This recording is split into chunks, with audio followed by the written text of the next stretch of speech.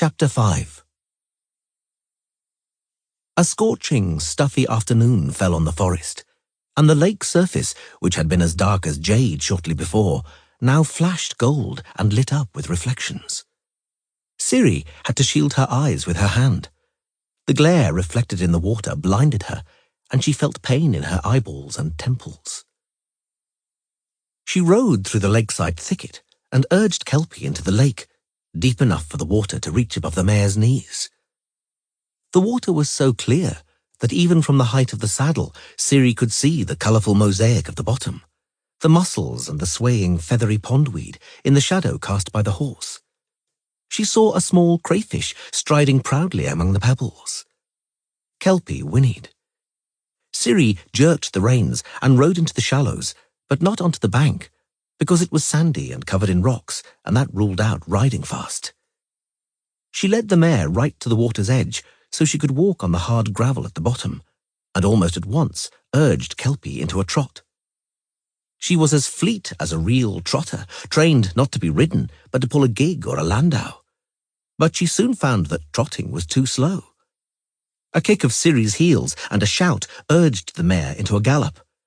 They raced among splashes of water flying all around, sparkling in the sun like drops of molten silver. When she saw the tower, she didn't slow down, yet not even the merest snort was audible in Kelpie's breathing, and her gallop was still light and effortless.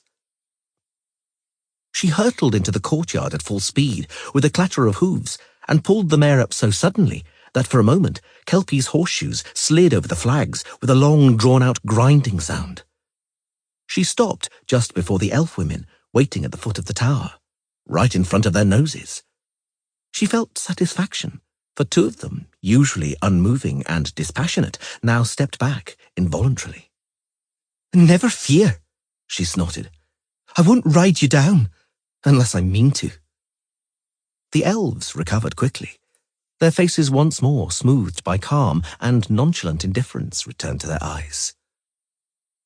Ciri dismounted, or rather flew from the saddle. There was defiance in her eyes.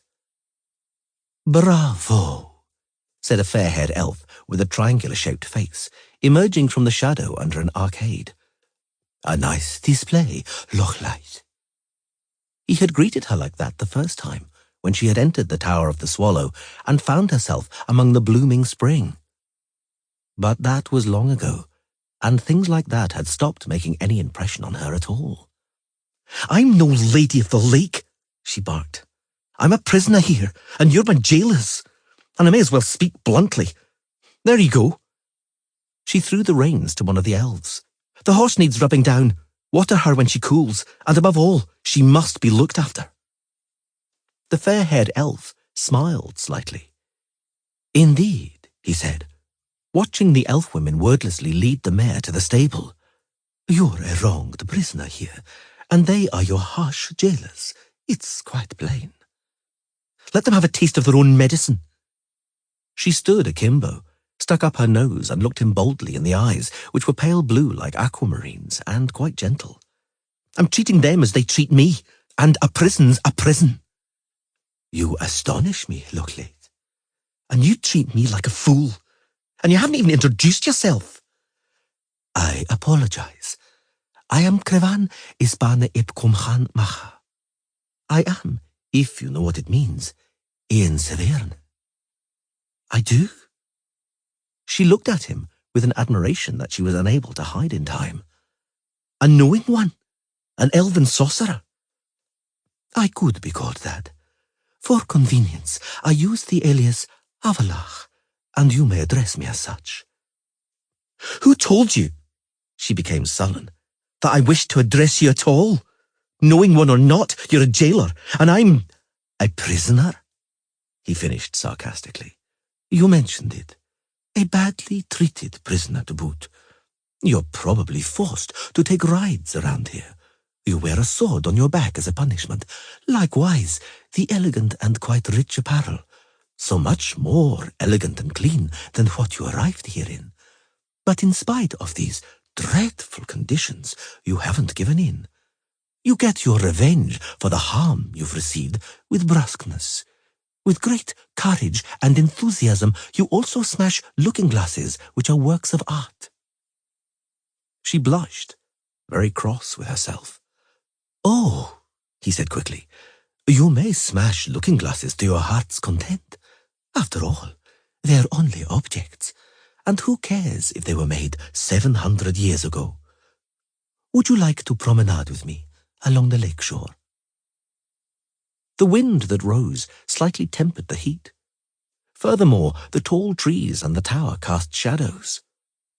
The water in the bay was a dull green, densely garlanded by water lilies, and piled up with spherical yellow flowers. It almost resembled a meadow. Moorhens, gargling and nodding their red beaks, cruised briskly among the leaves. "That mirror," Ciri mumbled, twisting a heel in the wet gravel. "I'm sorry about that. I lost my temper, and that's that." "Ah." "They disrespect me, those elf women. When I talk to them, they pretend they can't understand. And when they do talk to me, they speak incomprehensibly on purpose. They humiliate me." "You speak our tongue fluently," he explained calmly, "but it's still a foreign language to you. Besides, you use henhlinge, and they use elichlion. The differences are slight, but do nonetheless exist." "I understand you, every word." "When I talk to you, I use henhlinge, the language of the elves from your world." "And you?" She turned around. "What world are you from? I'm not a child. It's enough to look up at night. There isn't a single constellation I know. This world isn't mine. It isn't my place. I entered it by accident, and I want to leave, to get away." She bent over, picked up a stone, and made a movement as though meaning to throw it absent-mindedly into the lake, towards the moorhens. She abandoned her plans under his gaze. "Before I've ridden a furlong," she said, not hiding her resentment, "I'm at the lake, and I can see the tower. Regardless of which direction I ride, when I turn around, there's always the lake and the tower. Always. There's no way of getting away from it. So it's a prison. Worse than a dungeon, than an oubliette, than a chamber with a barred window. Do you know why? Because it's more humiliating. Elithlon or not, it angers me when I'm sneered at and shown disrespect. Yes, there's no sense making faces. You've also slighted me. You also mock me. And you're surprised that I'm furious." "As a matter of fact, I am." He opened his eyes wide. "Inordinately." She sighed and shrugged. "I entered the tower long ago," she said, trying to stay calm. "I happened upon another world. You were waiting for me, sitting and playing the pipes. You were even astonished at how long I delayed my arrival. You called me by my name, and only afterwards began that Lady of the Lake nonsense. Then you vanished without a word of explanation, leaving me in prison. Call it what you like. I call it spiteful and malicious contempt." "Ziriel, it's only been 8 days. "Ah," she scowled. "You mean I'm lucky? Because it might have been 8 weeks, or 8 months, or 8... She fell silent. "You've strayed far from Lara Doren," he said softly. "You've lost your inheritance. You've lost the bond with your blood. No wonder the women don't understand you, nor you them. You don't just talk differently. You think differently. Quite different frames of reference. What is 8 days or 8 weeks? Time means nothing." "Very well," she screamed in anger. "I agree I'm not a wise elf. I'm a stupid human. To me, time does mean something. I count the days. I even count the hours. And I've reckoned that many of both the first and the second have passed. I don't want anything from you now. I'll make do without explanations. It doesn't bother me why it's spring here, why there are unicorns here and different constellations in the night sky. I'm not at all interested how you know my name and how you knew I'd turn up here. I only want one thing. To return home. To my world.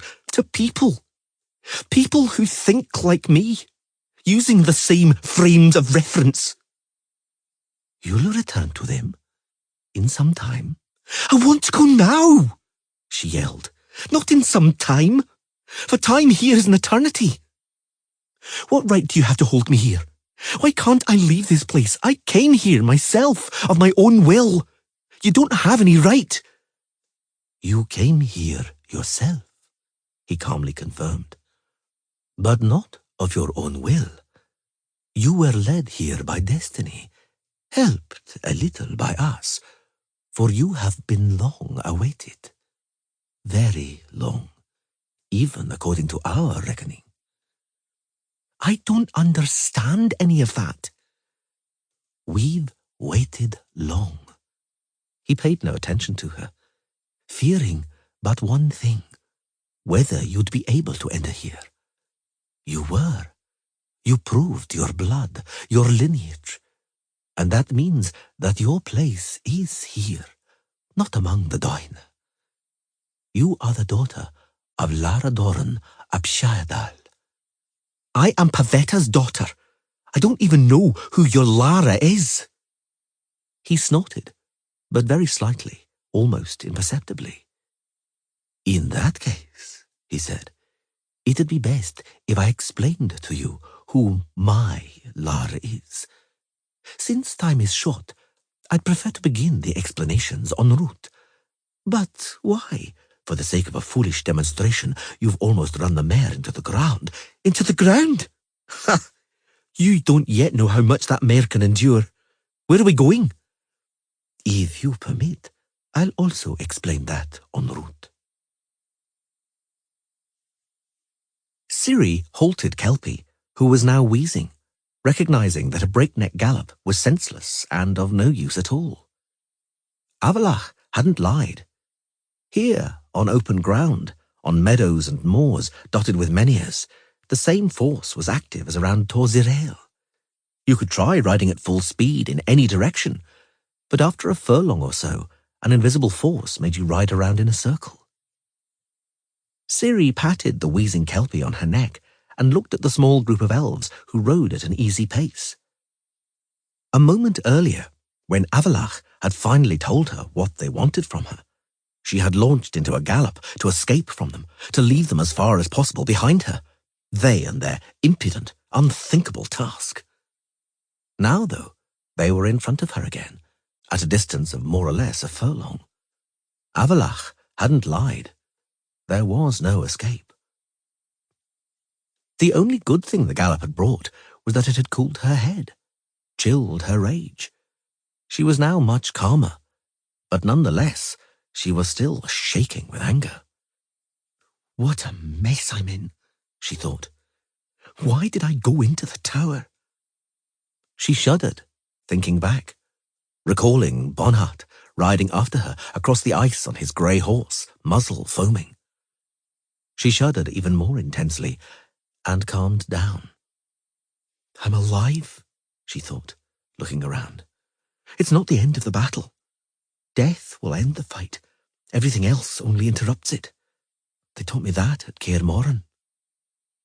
She urged Kelpie to a walk, and then, seeing the mare was gamely raising her head, to a trot.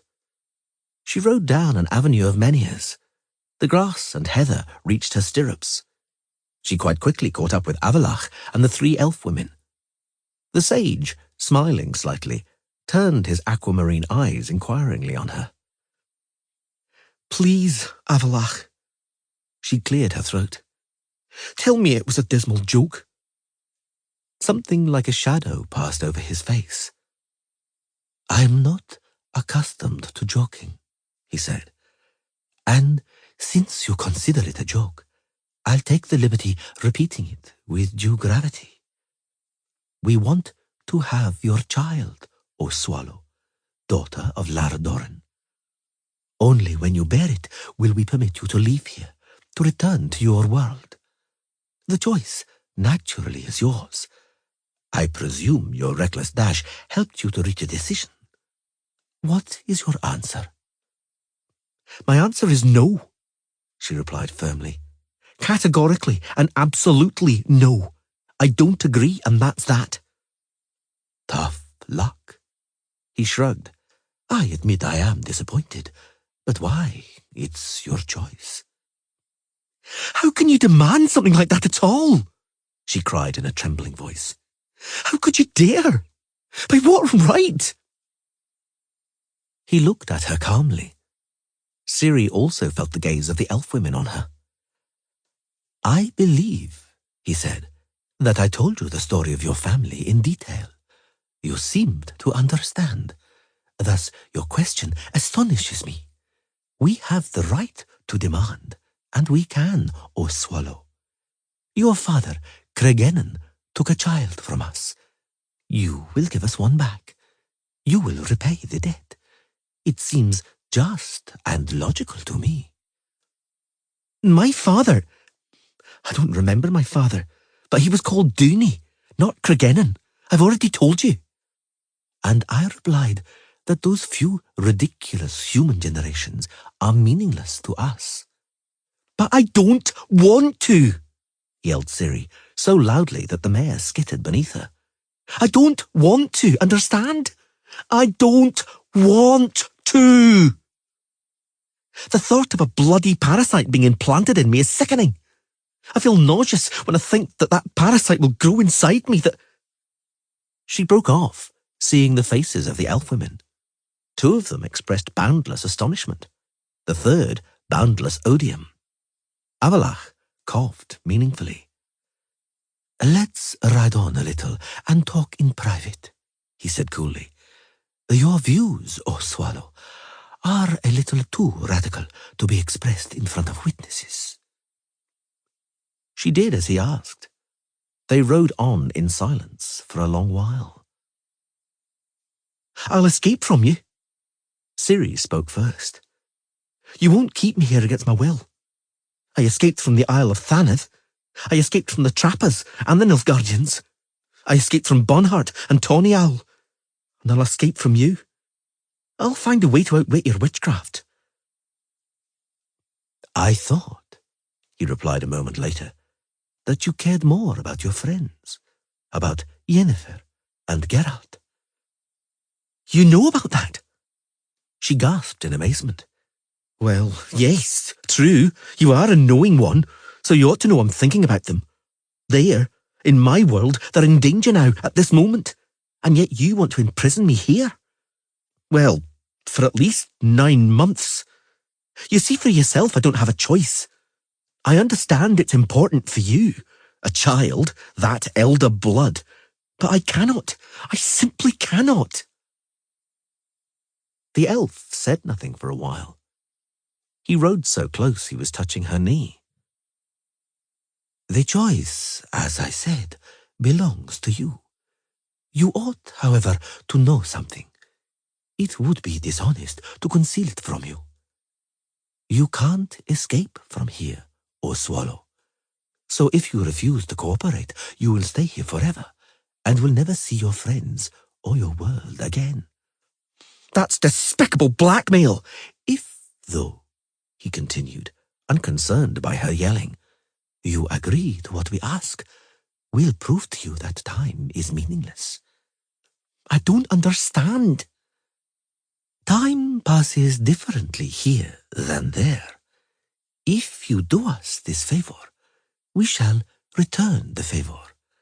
We shall enable you to regain the time you will lose among us here, among the folk of the Elder.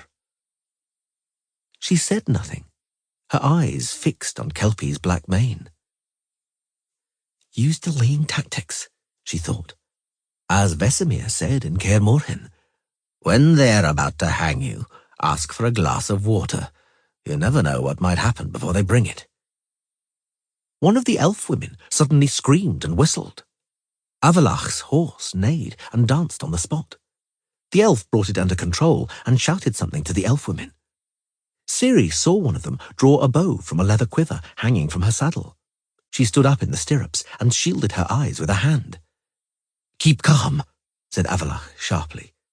Ciri gasped. Some unicorns were galloping over the moor about 200 paces from them, an entire herd, at least 30 head. Ciri had seen unicorns before. Sometimes, particularly at dawn, they came up to the lake at the foot of the Tower of the Swallow. They had never let her approach them, though, but had vanished like ghosts. The leader of the herd was a great stallion with a strange reddish coat. He suddenly stopped, neighed piercingly, and reared up. He trotted on his hind hooves, waving his forehooves in the air in a way that would have been absolutely impossible for any horse. Ciri noted in amazement that Avalach and the three elf women were humming, singing in chorus some strange monotonous tune. "Who are you?" She shook her head. "Who are you?" The question sounded again in her skull, pounded in her temples. The elves' song suddenly rose a tone in pitch. The ruddy unicorn neighed, and the entire herd answered in kind. The earth trembled as they galloped away. The song of Avalach and the elf women broke off. Ciri saw the knowing one furtively wiping the sweat from his brow. The elf glanced at her out of the corner of his eye, understanding that she had seen. "Not everything here is as pretty as it looks," he said dryly. "Not everything." "Are you afraid of unicorns? But they're wise and friendly." He didn't answer. "I heard," she went on, "that elves and unicorns loved one another." He turned his head. "Then accept," he said coldly, "that what you saw was a lover's tiff." She didn't ask any more questions. She had enough of her own concerns. The tops of the hills were decorated by cromlechs and dolmens. The sight of them reminded Ciri of the stone near Ellender, beside which Yennefer taught her what magic is. That was so long ago, she thought. Ages. One of the elf women shouted again. Ciri glanced to where she was pointing. Before she had time to note that the herd being led by the ruddy stallion had returned, the second elf woman shouted. She stood up in the stirrups. Another herd emerged from the opposite side, from behind a hill. The unicorn leading it was bluish-grey and dappled. Avalach quickly said a few words. It was the Ethlilon language that Ciri found so difficult, but she understood, particularly since the elf women reached for their bows in unison. Avalach turned his face towards Ciri, and she felt a buzzing growing in her head. It was a buzzing quite similar to what a conch shell emits when pressed to the ear, but much stronger. "Do not resist," she heard a voice. "Do not fight. I must leap. I must transport you to another place. You are in mortal danger." A whistle and a long drawn-out cry reached them from far away, and a moment later the earth shuddered under iron-shod hooves. Riders emerged from behind the hill, an entire troop. The horses were wearing caparisons, the riders crested helmets, and the cloaks around their shoulders fluttered in the gallop. Their vermilion, amaranth, crimson colour brought to mind the glow of a fire in the sky illuminated by the blaze of the setting sun. A whistling and a cry. The horsemen raced towards them en masse. Before they had ridden half a furlong, the unicorns had vanished. They disappeared, leaving a cloud of dust behind them. The rider's leader, a black-haired elf, sat on a dark bay stallion as huge as a dragon. It was adorned, like all the horses in the troop, in a caparison embroidered with dragon scales, and wore on its head a truly demonic horned bucranium. Like all the elves, the black-haired one wore beneath his cloak of a myriad shades of red a mail shirt made of unbelievably tiny rings, thanks to which it fit his body snugly, like knitted woolen cloth. "Avalach," he said, saluting. "Eredin, you owe me a favour. You will pay it back when I demand it." "I'll pay it back when you demand it." The black-haired elf dismounted. Avalach also dismounted, gesturing to Ciri to do the same. They walked up the hill between white rocks with peculiar shapes covered in spindle and dwarf shrubs of flowering myrtle. Ciri looked at them. They were of equal height, meaning they were both extremely tall.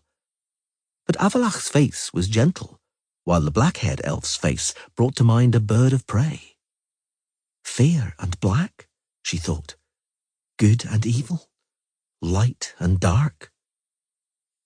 Zirael, let me introduce you to Eredin Breachlas. I'm pleased to meet you. The elf bowed, and Ciri returned the bow, not very gracefully. How did you know, Avalach asked, that we were in danger? I had no idea. The elf scrutinized Ciri. We patrol the plain, for news has got out that the One-Horns have become anxious and aggressive. No one knows why. I mean, now I know why. It's because of her, naturally. Avalach neither confirmed nor denied it. Meanwhile, Ciri countered the black-haired elf's gaze with a haughty expression. For a moment, they looked at each other, neither of them wanting to be the first to look away. So that's the supposed elder blood, remarked the elf. Ein Henich here. The inheritance of Shadal and Lara Doran? One isn't inclined to believe it, for it's simply a young Doina, a human female. Avalach said nothing. His face was motionless and indifferent. I assume you aren't mistaken, the black-haired elf continued. Why, I take it for granted, for you, as rumor has it, never err. Hidden deep in this creature is the Lara gene. Yes, when one examines her more closely, one can see certain traits testifying to the young one's lineage. She indeed has something in her eyes that brings to mind Lara Doran. Doesn't she, Avalach? Who, if not you, is more entitled to judge? Avalach didn't speak this time either, but Ciri noticed a faint blush on his pale face. She was very surprised and pondered it. Summing up, the black-haired elf grimaced. There is something precious, something beautiful in this little Daina female. I see it, and I have the impression I've seen a gold nugget in a pile of compost. Ciri's eyes flashed furiously. Avalach slowly turned his head. You talk just like a human, Eredin, he said slowly. Eredin Breachlas bared his teeth in a smile. Ciri had seen teeth like that before. Very white, very small, and very inhuman, as straight as a die and lacking canines. She'd seen teeth like that on the dead elves lying in a row in the courtyard of the Kaidwen watchtower. She had delighted in teeth like that on Iskra. But the teeth in Iskra's smile looked pretty, while on Eredin they were ghastly. Does this lass, he said, who is trying hard to kill me with her stare, already know the reason she's here? Indeed. And is prepared to cooperate? Not completely. Not completely, he repeated.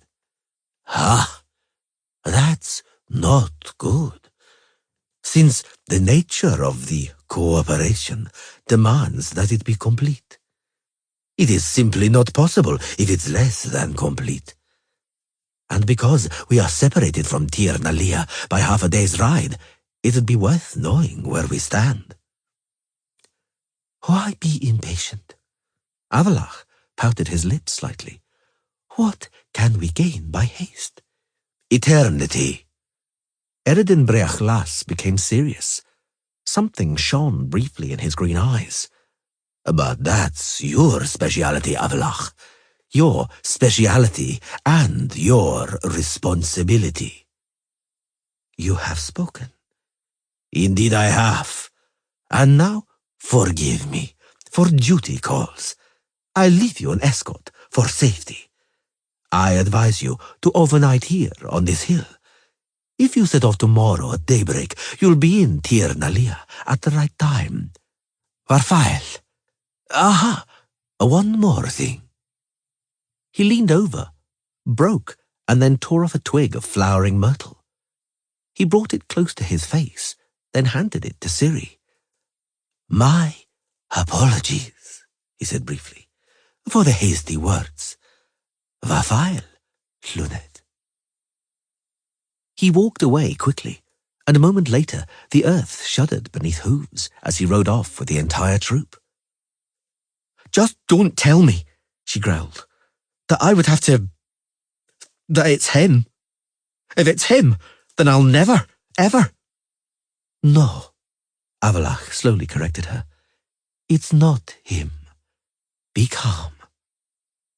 Ciri brought the myrtle up to her face, in order for him not to see the excitement and fascination that had seized her. "I am calm." The dry thistles and heather of the steppe were replaced by lush green grass and damp ferns. The marshy ground was yellow and violet with buttercups and lupins. Soon they saw a river, which, although it was crystal clear, had a brown tinge. It smelled of peat. Avalach was playing various lively tunes on his pipes. Ciri, glum, was thinking intensely. "Who," she finally said, "is to be the father of the child that matters so much to you? Or perhaps it is of no importance?" "It is important. Am I to understand you've made your decision?" "No, you aren't. I'm simply clearing up certain matters." "May I help? What do you want to know?" "You know very well what." They rode on in silence for a time. Ciri saw some swans sailing elegantly down the river. "The child's father," Avalach spoke calmly and to the point, "will be Auberon Muirchertach. Auberon Muirchertach is our, how do you say, our highest leader? King? King of all the Ae and She? Ae and She, the people of the hills, are elves of your world. We are Ae and Elle, the folk of the Elder, and Auberon Muirchertach is indeed our king." "The Elder King?" "One could call him that." They rode on in silence. It was very warm. "Avalach."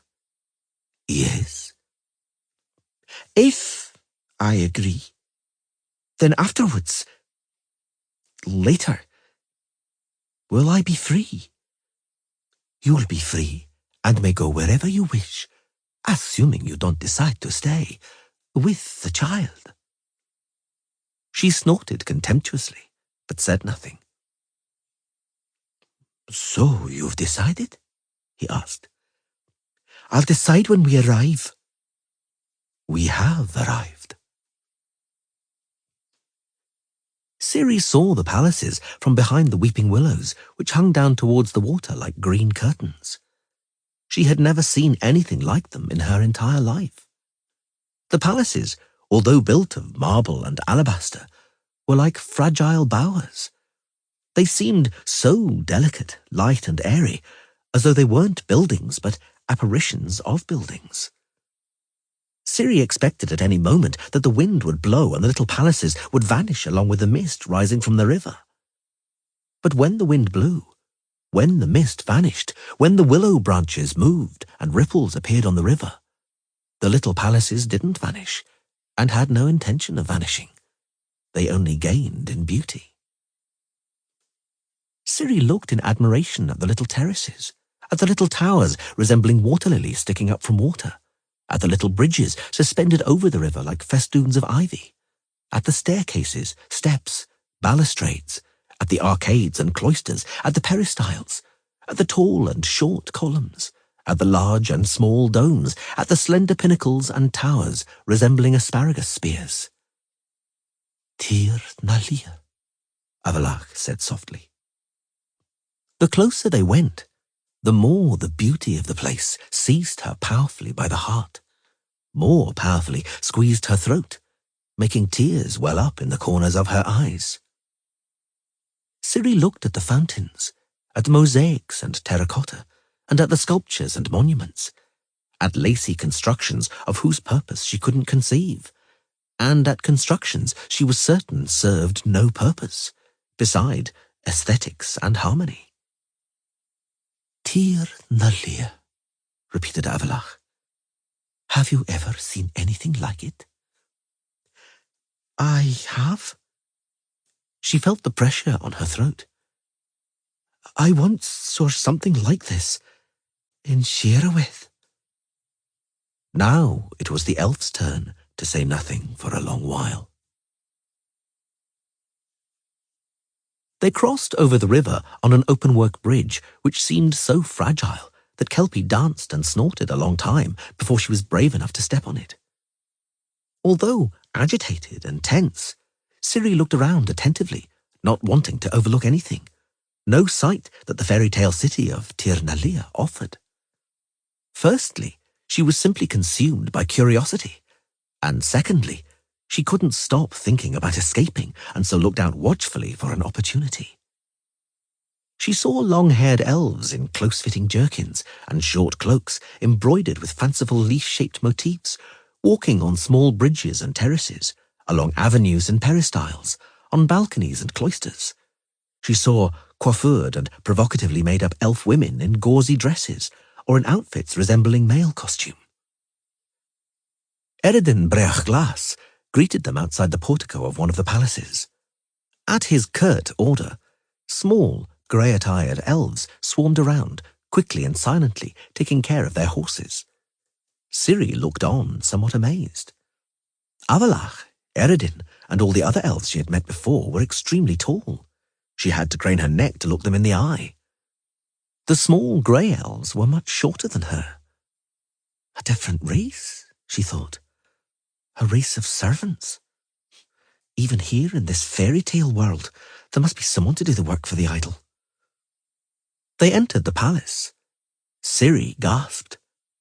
She was an infanta of royal blood raised in palaces, but she had never seen such marble and malachite, such stuccos, floors, mosaics, mirrors, and candelabras. She felt uncomfortable, awkward in that dazzling interior, out of place, dusty, sweaty, and unwashed after her journey.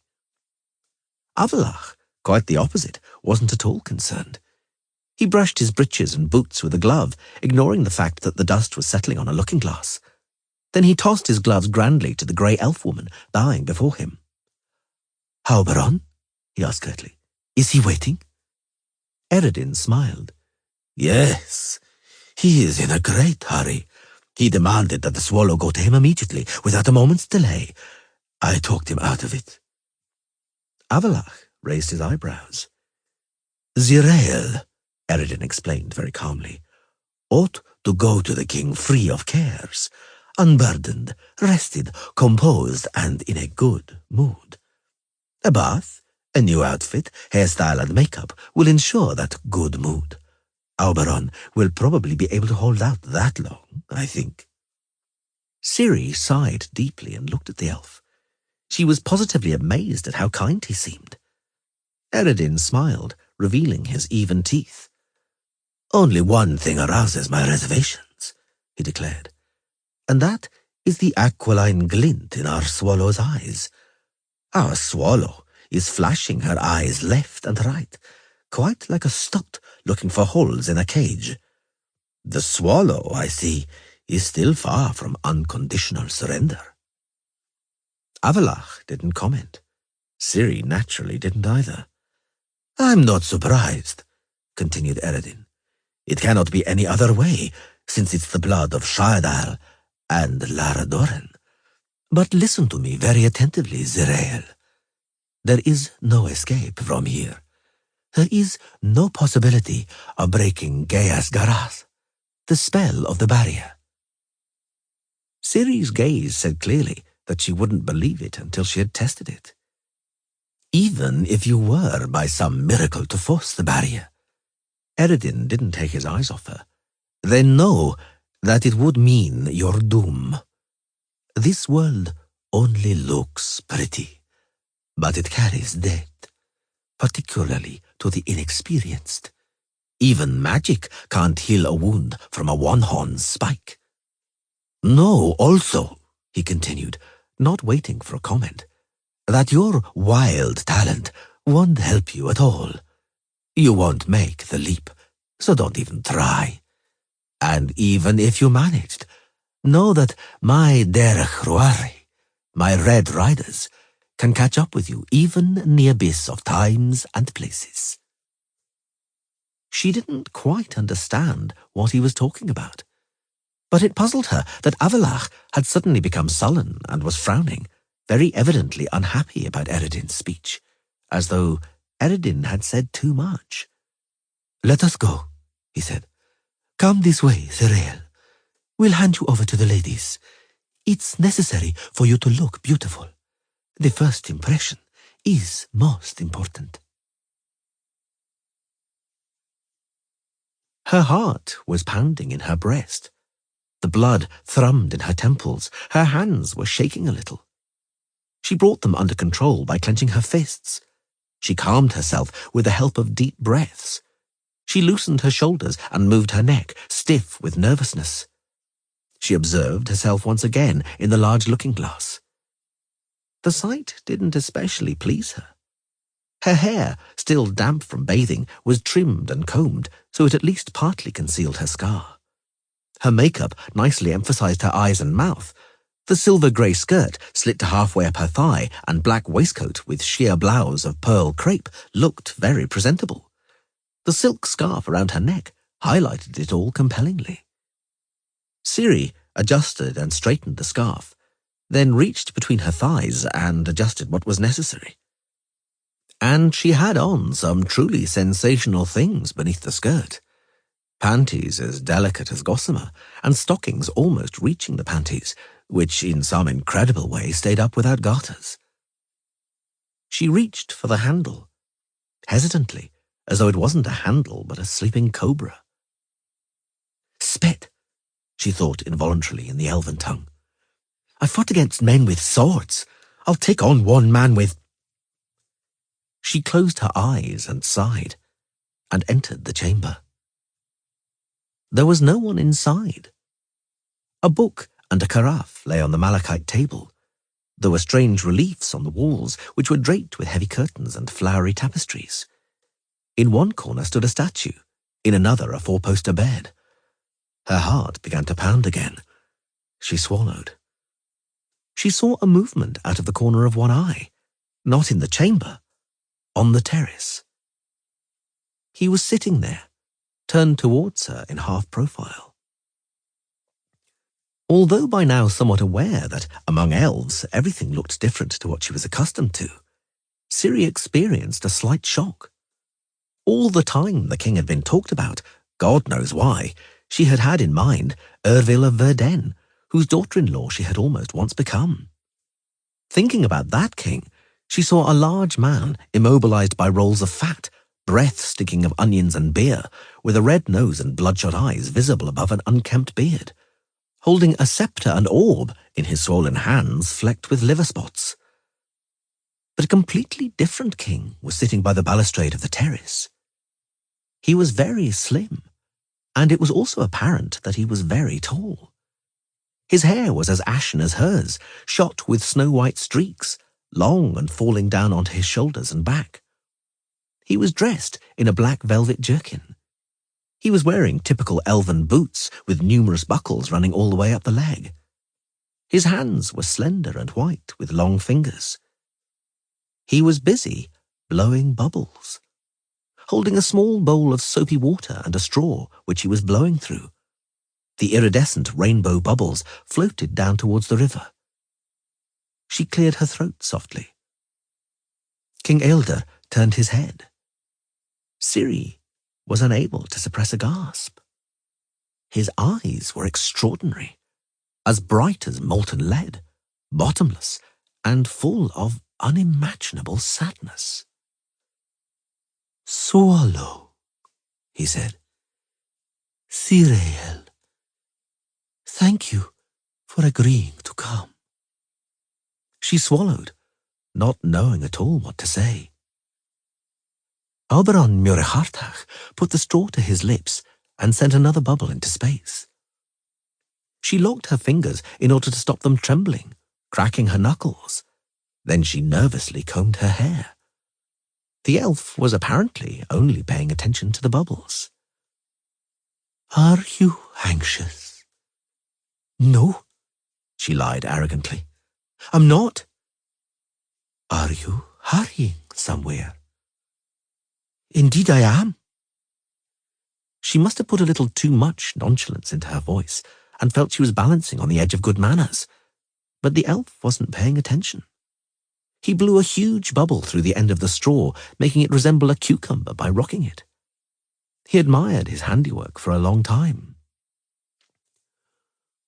"Would I be a nuisance if I asked you where you're in such a rush to get to?"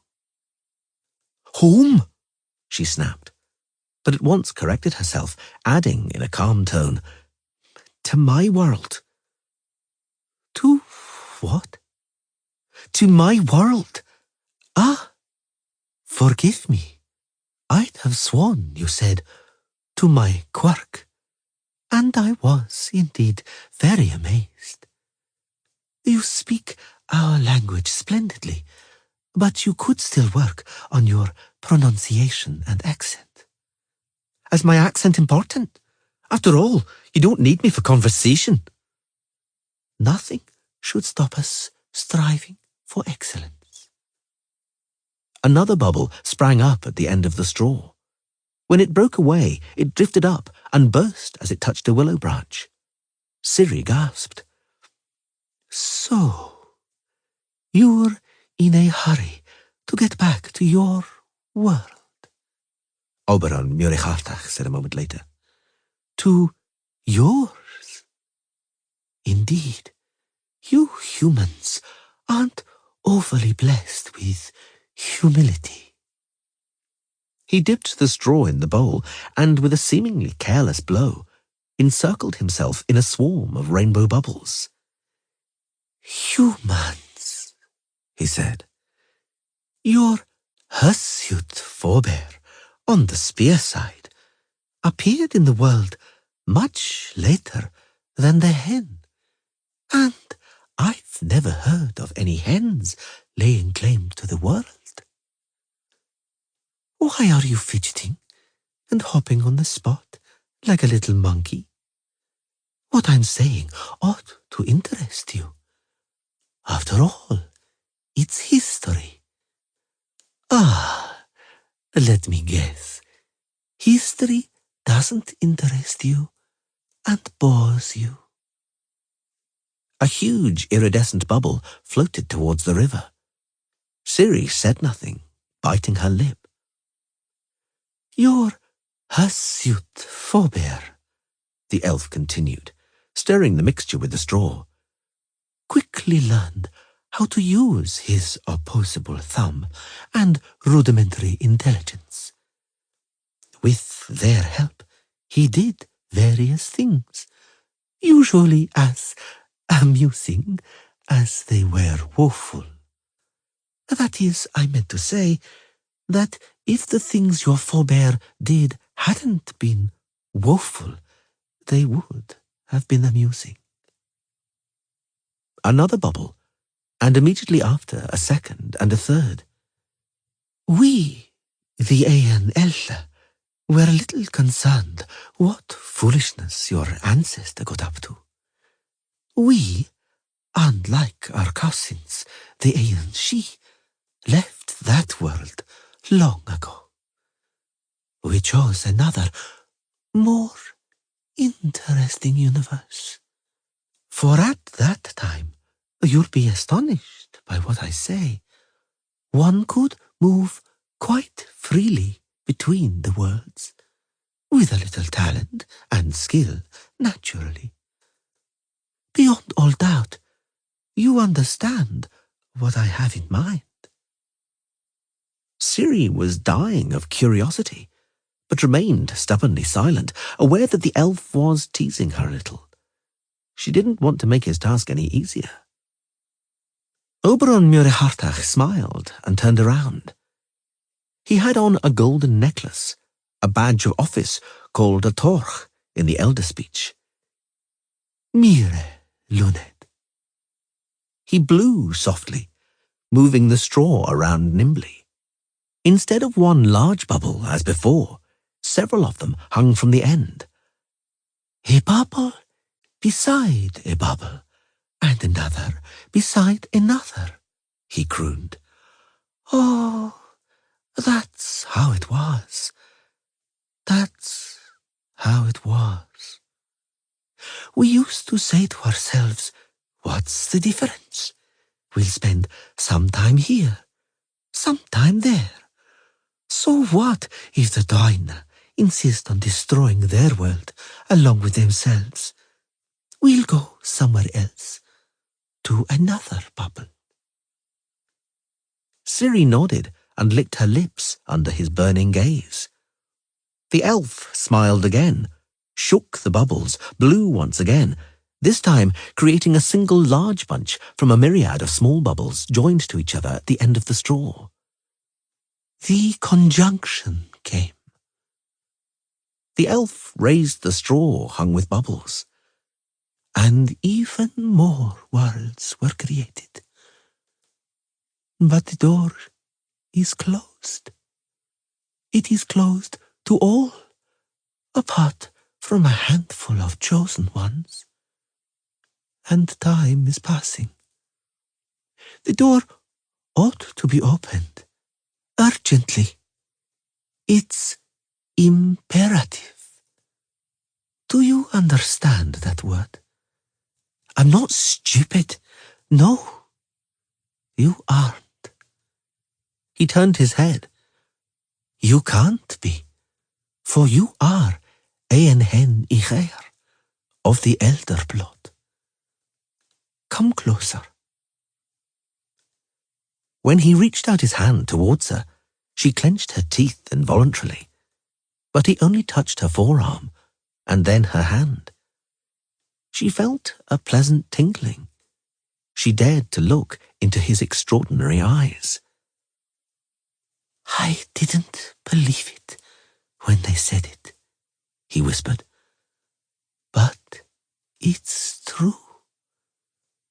You have Shairdal's eyes, Lara's eyes. She lowered her gaze. She felt insecure and foolish. The Elder King rested his elbow on the balustrade and his chin on his hand.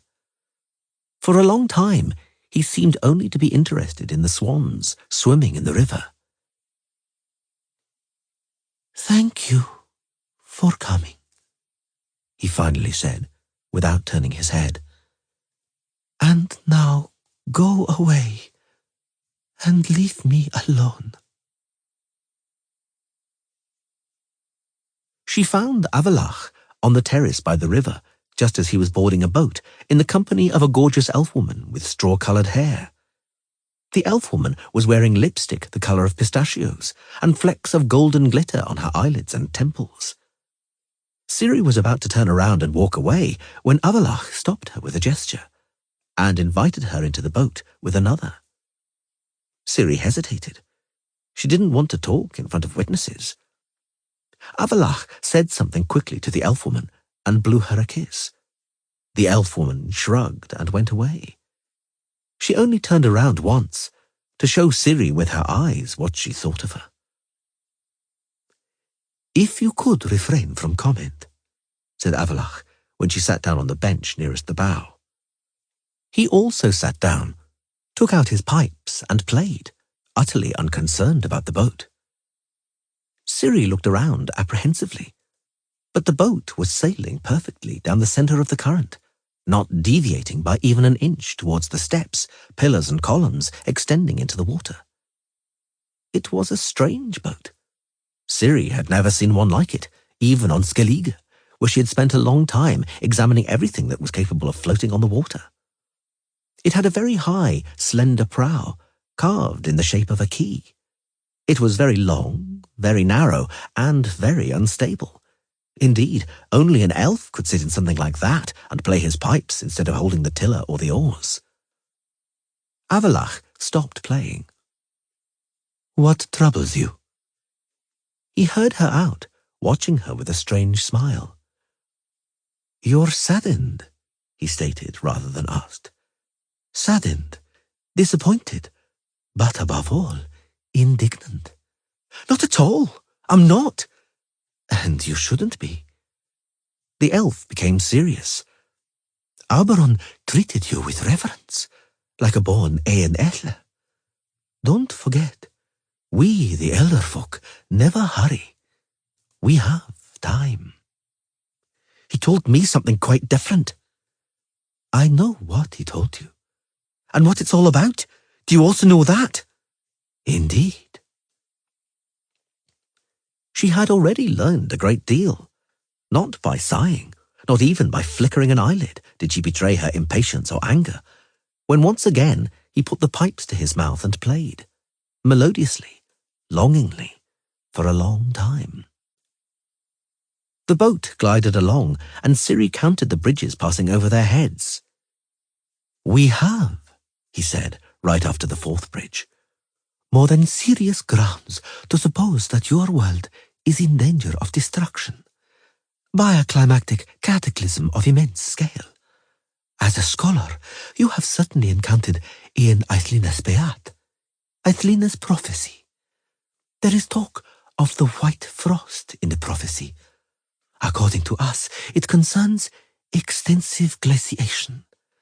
And because it so happens that 90% of the land of your world is in the northern hemisphere, this glaciation may endanger the existence of most living creatures. They will simply perish from the cold. Those that survive will fall into barbarism, will destroy each other in merciless battles for food, or become prey to predators insane with hunger. Remember the text of the prophecy. The time of contempt, the time of the battle axe, the time of the wolfish blizzard." Ciri didn't interrupt, fearing he would begin playing again. "The child that matters so much to us," continued Avalach, fiddling with the pipes, "the descendant and bearer of the Lara Doran gene, the gene that was specially constructed by us, may save the denizens of that world. We have reason to believe that the descendant of Lara, and of you, naturally, will possess abilities 1,000-fold more powerful than that which we, the knowing ones, possess, and which you possess in rudimentary form. You know what this is about, don't you?" Ciri had come to learn that in the elder speech, such rhetorical devices, although apparently questions, not only did not demand, but quite simply did not brook a response.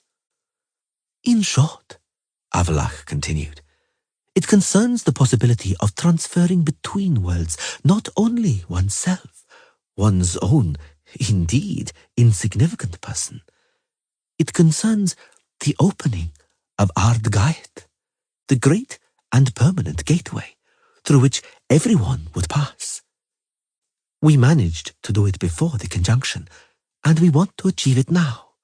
We will evacuate from the dying world the Aen She residing there, our brothers to whom we owe it to help. We wouldn't be able to live with the thought that we had abandoned anything, and we shall rescue, evacuate from that world everyone who is in danger. Everyone, Zirael. Humans, too." "Really?" She couldn't hold it back. "Dinah, too?" "Dinah, too. Now you see for yourself how important you are, how much depends on you, how important a thing it is for you to remain patient, how important a thing it is for you to go to Auberon this evening and stay all night.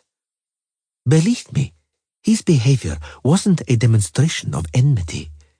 He knows that this isn't an easy matter for you, that he might hurt and discourage you by being importunately hasty.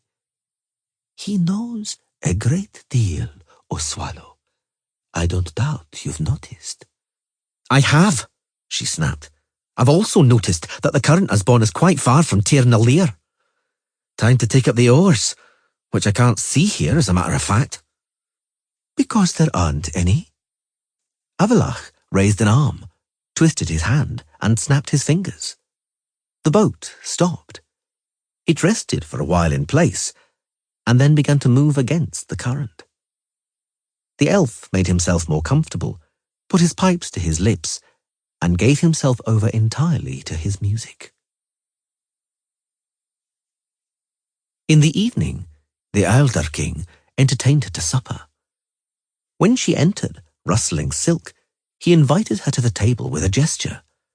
There were no servants. He served her himself. The supper consisted of over a dozen kinds of vegetables. There were mushrooms, boiled and simmered in a sauce. Ciri had never eaten mushrooms like them before either. Some of them were as white and thin as dainty leaves, tasted delicate and mild, and others were brown and black, fleshy and aromatic. Alberon was also generous with the rosé wine. Seemingly light, it went to her head, relaxed her, and loosened her tongue. The next thing she knew, she was telling him things she never thought she would.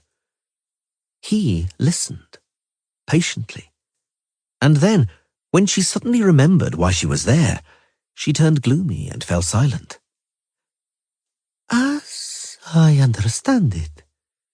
He served her quite new mushrooms, greenish and smelling of apple pie.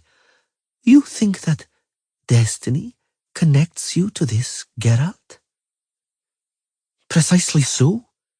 She raised a cup, now marked with numerous smudges of lipstick. "Destiny. Geralt, is linked to me by destiny, and I am to him. Our destinies are conjoined, so it would be better if I went away from here, right away. Do you understand?" "I confess that I don't, quite." "Destiny." She took a sip. "A force which it's better not to get in the way of, which is why I think—" No, thank you. Don't serve me any more, please. I've eaten so much I think I'll burst." "You mentioned thinking?" "I think it was a mistake to lure me here and force me to... Well, you know what I mean. I must get away from here and hurry to help him, because it's my destiny. Destiny." He interrupted, raising his glass. "Predestination. Something that is inevitable. A mechanism which means that a practically unlimited number of unforeseeable events must end with the same result and no other. Is that right?" "Certainly." "Then, whence and wherefore do you wish to go? Drink your wine, enjoy the moment, delight in life. What is to come will come, if it's inevitable." "Like hell, it's not that easy." "You're contradicting yourself."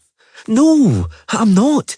"You're contradicting your contradiction, and that's a vicious circle." "No." She tossed her head. "You can't just sit and do nothing. Nothing comes by itself." "Sophistry." "You can't waste time unthinkingly. You might overlook the right moment. That one right, unique moment. For time never repeats itself. Permit me." He stood up. "Look at that. Over there." On the wall he was pointing at was a protruding relief portraying an immense scaly snake. The reptile, curled up in a figure of 8, was sinking its great teeth into its own tail. Ciri had once seen something like it, but couldn't remember where. "There," said the elf. "The ancient snake, Ouroboros. Ouroboros symbolizes eternity and is itself eternal. It is the eternal going away and the eternal return. It is something that has no beginning and no end. Time is like the ancient Ouroboros. Time is fleeting moments, grains of sand passing through an hourglass. Time is the moments and events we so readily try to measure. But the ancient Ouroboros reminds us that in every moment, in every instant, in every event is hidden the past, the present, and the future. Eternity is hidden in every moment. Every departure is at once a return. Every farewell is a greeting. Every return is a parting. Everything is simultaneously a beginning and an end. And you too, he said, not looking at her at all, are at once the beginning and the end. And because we are discussing destiny, know that it is precisely your destiny to be the beginning and the end. Do you understand? She hesitated for a moment, but his glowing eyes forced her to answer. I do. Get undressed. He said it so casually, so indifferently, she almost yelled in anger. Instead, she began to unfasten her waistcoat with trembling hands. Her fingers were disobedient, the hooks and eyes, little buttons and ribbons awkward and tight. Though Ciri hurried as much as she could, wanting to get everything over as quickly as possible, the undressing lasted an annoyingly long time. But the elf didn't give the impression of being in a hurry, as though he really had the whole of eternity at his disposal. Who knows, she thought. Perhaps he has. Now, completely undressed, she shuffled from foot to foot, the floor chilling her feet. He noticed it and pointed wordlessly to the bed. The bedclothes were made of mink pelts sewn into great sheets, wonderfully soft, warm, and pleasantly ticklish. He lay down beside her fully dressed, even in his boots. When he touched her, she tensed up, involuntarily, a little angry at herself, for she had decided to act proud and impassive. Her teeth, whether she liked it or not, were chattering somewhat. His touch thrilled her, however, and his fingers taught her and commanded her, guided her. Once she had begun to understand the suggestions so well that she was almost anticipating them, she closed her eyes and imagined it was Missel. But she was unable to, for he was so unlike Missel. He instructed her with his hand. She obeyed, willingly, urgently. He didn't hurry at all. He made her soften beneath his caresses like a silk ribbon. He made her moan, made her bite her lips, made her whole body jerk in a sudden, shocking spasm. What he did then, she hadn't expected at all. He stood up and walked away, leaving her aroused, panting and trembling. He didn't even look back. The blood struck Ciri's face and temples. She curled up in a ball on the mink sheets and sobbed, from rage, shame, and humiliation. In the morning, she found Avalach in the peristyle behind the palace, among an avenue of statues. The statues, most peculiarly, portrayed elven children, in various mainly playful poses. The one Avalach was standing by was particularly interesting. It depicted a young elf standing on one leg with its face contorted in anger, fists clenched. Ciri couldn't tear her gaze away for a long time, and she felt a dull ache in her belly. Only when urged by Avalach did she tell him everything, in general terms and stammering. He, Avalach said gravely after she had finished, has watched the smokes of Samhain more than 600 times. Believe me, Swallow, that is a lot, even for the Alderfolk. What do I care? She snapped. I made an agreement. You must have learned from the dwarves, your comrades, what a contract is. I'm keeping my side of it. I'm giving myself. What do I care what he can't or doesn't want to? What do I care if it's senile impotence or if I don't attract him? Perhaps Doina repulse him? Perhaps, like Eredin, he sees only in me a nugget in a heap of compost. I hope. Avalach's face exceptionally changed and contorted. I hope you didn't say anything like that to him. No, I didn't, though I felt like it. Beware. You don't know what you're risking. It's all the same to me. I entered into a contract. Take it or leave it. Either you keep your side of the bargain, or we nullify the contract and I'll be free. Beware, Zirael, he repeated, pointing at the statue of the upset child. Don't be like this one here. Consider every word. Try to understand. And if you don't understand something, don't act rashly under any circumstances. Be patient. Remember, time means nothing. Yes, it does. Please, don't be an unruly child. I repeat again, be patient with Oberon, because he's your only chance of regaining your freedom. Really? She almost screamed. I'm beginning to have my doubts. I'm beginning to suspect you of cheating me. That you've all cheated me. I promised you. Avalach's face was as lifeless as a stone statue. You will return to your world. I've given my word. Doubting someone's word is a serious insult to the Aen Etle. In order to keep you from doing it, I suggest we end this conversation. He was about to go, but she barred his way.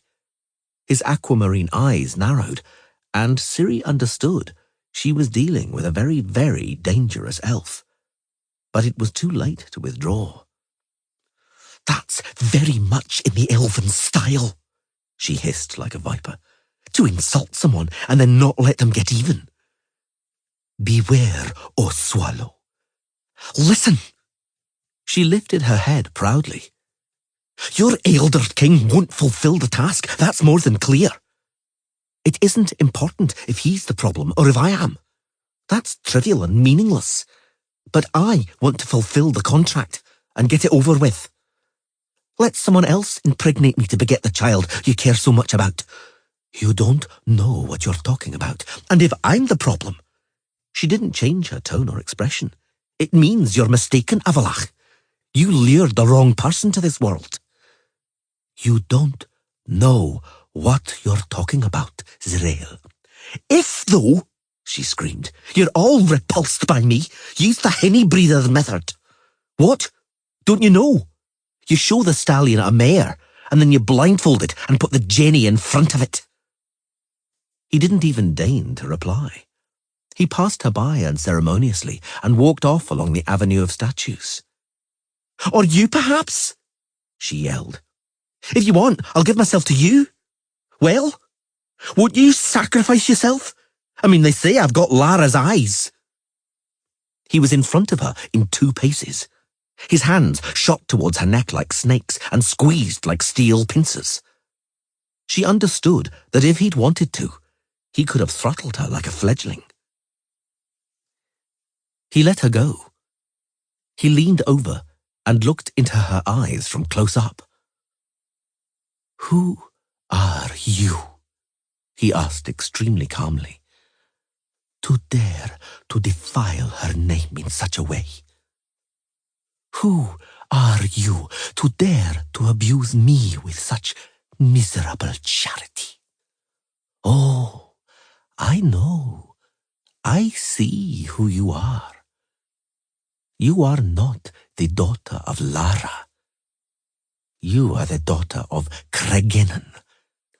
You are a thoughtless, arrogant, selfish Doina, a simply perfect representative of your race who understands nothing and must ruin and destroy, besmirch by touch alone, denigrate and defile by thought alone. Your ancestor stole my love from me, took her away from me, selfishly and arrogantly took Lara from me. But I shall not permit you, oh, his worthy daughter, to take the memory of her from me. He turned around. Ciri overcame the lump in her throat. Avalach. A look. Forgive me. I behaved thoughtlessly and shabbily. Forgive me. And if you can, forget it. He went over to her and embraced her. I've already forgotten, he said warmly. No, let us not return to that ever again. When she entered the royal chambers that evening, bathed, perfumed and coiffured, Aubron Muirchartach was sitting at the table bent over a chessboard. He instructed her to sit opposite without a word. He won in 9 moves. The second time, she played white, and he won in 11 moves. Only then did he raise his eyes, his extraordinary, clear eyes. Get undressed, please. He deserved credit for one thing. He was delicate and didn't hurry at all. When, as before, he got up from the bed and walked away without a word, Ciri accepted it with calm resignation. But she couldn't fall asleep until almost the very break of day. And when the windows brightened from the dawn and she finally fell asleep, she had a very strange dream. Visogota, stooping, was cleaning duckweed from a muskrat trap. Reeds blown by the wind rustled. I feel guilty, Swallow. It was I who suggested the idea of this insane escapade. I showed you the way to that accursed tower. Don't reproach yourself, old Reven. Had it not been for the tower, Bonhart would have caught me. At least I'm safe here. You are not safe there. Visogota straightens up. Behind him, Ciri sees hills, bare and rounded, sticking up from the grass like the bent back of a monster lurking in ambush. A huge boulder is lying on the hill, and 2 figures stand beside it. A woman and girl. The wind yanks and tugs the woman's black hair. The horizon blazes with lightning. Chaos extends a hand towards you, daughter. O child of the elder blood. O girl entangled in movement and change, destruction and rebirth. Both destined and destiny. From behind a closed door, chaos holds its talons out to you, not knowing yet if you will become its tool or a hindrance in its plans, not knowing if you will by chance play the role of a grain of sand in the works of the clock of destiny. Chaos fears you, O child of destiny, and wants to make you feel fear, which is why it sends you dreams. Visogota stoops and cleans the muskrat trap. But he's dead, Ciri thinks clear-headedly. Does that mean that in the spirit world, the dead have to clean muskrat traps? Visogota straightens up. The sky burns with the glow of fires behind his back. Thousands of horsemen gallop across the plain. Horsemen in red cloaks. Der Ruari. Listen to me carefully, Swallow. The elder blood you have in your veins gives you great power. You are the master of places and times. You have a mighty power. Don't let criminals and rogues take it from you and use it for dishonorable purposes. Defend yourself. Flee out of the reach of their vile hands. That's easy to say. They've ensnared me with some kind of magical barrier or tether. You are the master of places and times. You cannot be tethered. Visogota straightens up. Behind his back is a plateau, a rocky plain, and on it shipwrecks. Dozens of shipwrecks, and beyond them a castle, black, ominous, toothed with battlements rising up above a mountain lake. They will perish without your help, O swallow. Only you can save them. Yennefer's mouth, cut and bloodied, moves noiselessly, gushing blood. Her violet eyes shine, burn in her face. Gaunt, contorted, blackened by torture, covered by a shock of unkempt, dirty black hair. A foul-smelling puddle in a hollow of the floor, rats scurrying all around. The horrifying cold of the stone walls, the cold of shackles on her wrists, on her ankles. Yennefer's hands and fingers are a mass of dried blood. Mummy, what have they done to you? A marble staircase leading downwards. A staircase with 3 landings. Weise Dreier beigehen. Something ends. What? A staircase. Fire blazing in iron cressets at the bottom. Burning tapestries. Let's go, says Geralt. Steps leading downwards. We have to. We must. There's no other way. Just this staircase. I want to see the sky. His lips aren't moving. They're blue, and there's blood on them. Blood. Blood everywhere. The stairs are totally covered in blood. There's no other way. No other way, Star-Eye. How? She cries. How can I help them? I'm in another world, imprisoned and powerless. You cannot be imprisoned. Everything has been written, says Visegota. Even this. Look beneath your feet. Ciri sees in horror that she's standing in a sea of bones, among skulls, shin bones and ribs. Only you can prevent it, Star-Eye. Visegota straightens up. Behind him is winter, snow, a blizzard. The wind blows and whistles. Before her in the snowstorm on a horse is Geralt. Ciri recognizes him, although he has a fur hat on his head and his face is shrouded in a woolen scarf. Behind him in the blizzard loom other riders, their silhouettes vague. So muffled up are they that there is no way to identify them. Geralt looks straight at her, but doesn't see her. Snow falls into his eyes. Geralt! It's me, here! He can't see her, or hear her among the wailing of the gale. Geralt! It's a mouflon, says Geralt. Only a mouflon. Let's go back. The riders disappear, dissolving in the snowstorm. Geralt! No! She woke up. Next morning, she went at once to the stables without even eating breakfast. She didn't want to meet Avalach, didn't want to talk to him. She preferred to avoid the intrusive, curious, questioning, clinging looks of the other elves and elf women.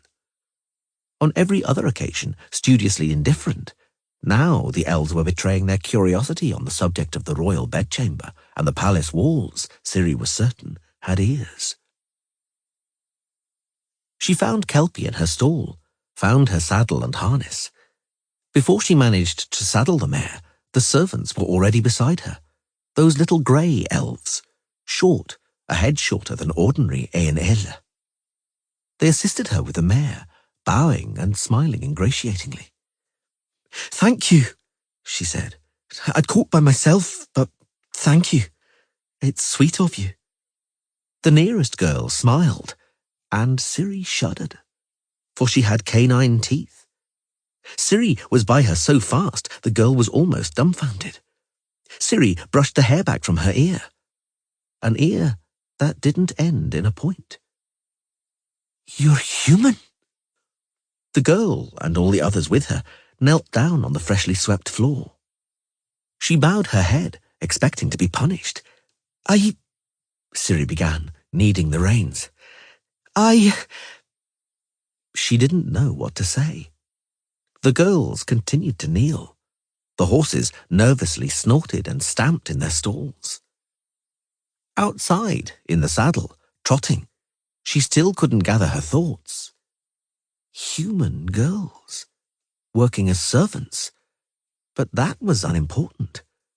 What was important was that there were Doina in this world. People, she corrected herself. I'm thinking like them. She was startled out of her reverie by Kelpie neighing loudly and starting. She raised her head and saw Eredin. He was sitting on his dark bay stallion, now without its demonic bucranium and most of the other battle paraphernalia. He was, though, wearing a mail shirt beneath a cloak shimmering in many shades of red. The stallion neighed a husky welcome, shook its head and bared its yellow teeth at Kelpie. Kelpie, in accordance with the principle that one settles matters with the master and not with the servant, reached for the elf's thigh with her teeth.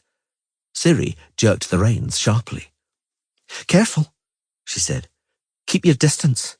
My mare doesn't like strangers, and she bites. Biters. The elf glared at her evilly. Should be tamed with an iron bit, tight enough to draw blood. A splendid method for eradicating bad habits in horses, too. He jerked the stallion's bridle so hard that the horse snorted and took several paces backwards, foam trickling from its muzzle. Why the mail shirt? Now Ciri was glaring at the elf. Are you preparing for war? Quite the opposite. I desire peace. Does your mare, apart from being skittish, have any other virtues? What kind? May I challenge you to a race? If you wish, why not? She stood up in the stirrups. There, towards those cromlechs. No, he interrupted, not there. Why not?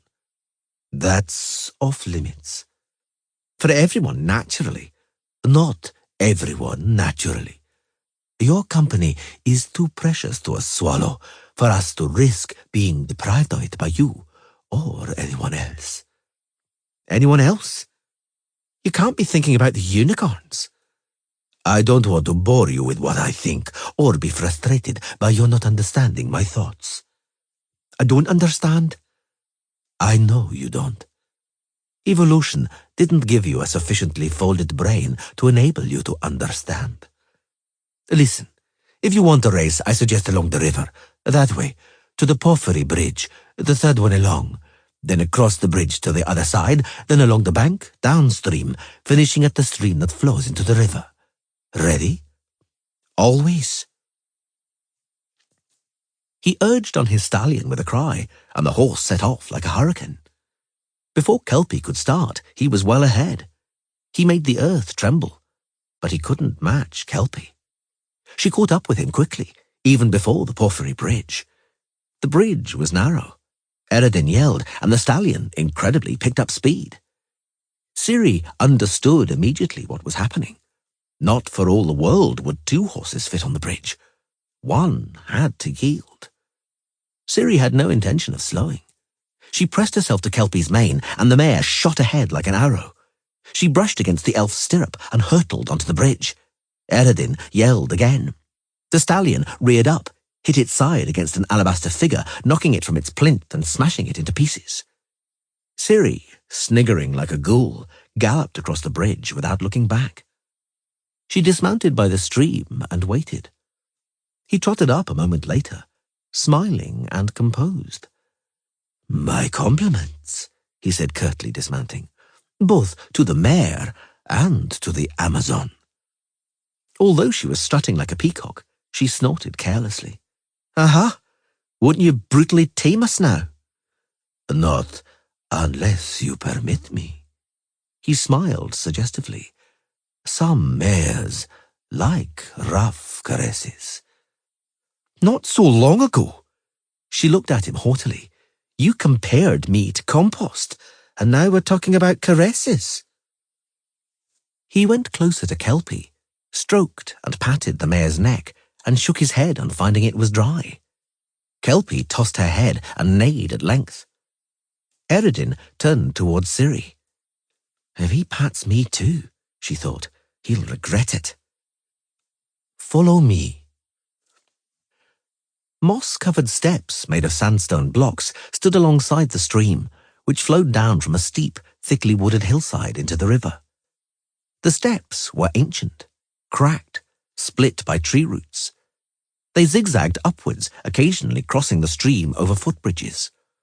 All around was a forest, a wild forest, full of old ash and hornbeam, yew, maple and oak, the floor carpeted with a thicket of hazel, tamarisk and bramble. It smelled of wormwood, sage, nettles, wet stones, the spring, and mould.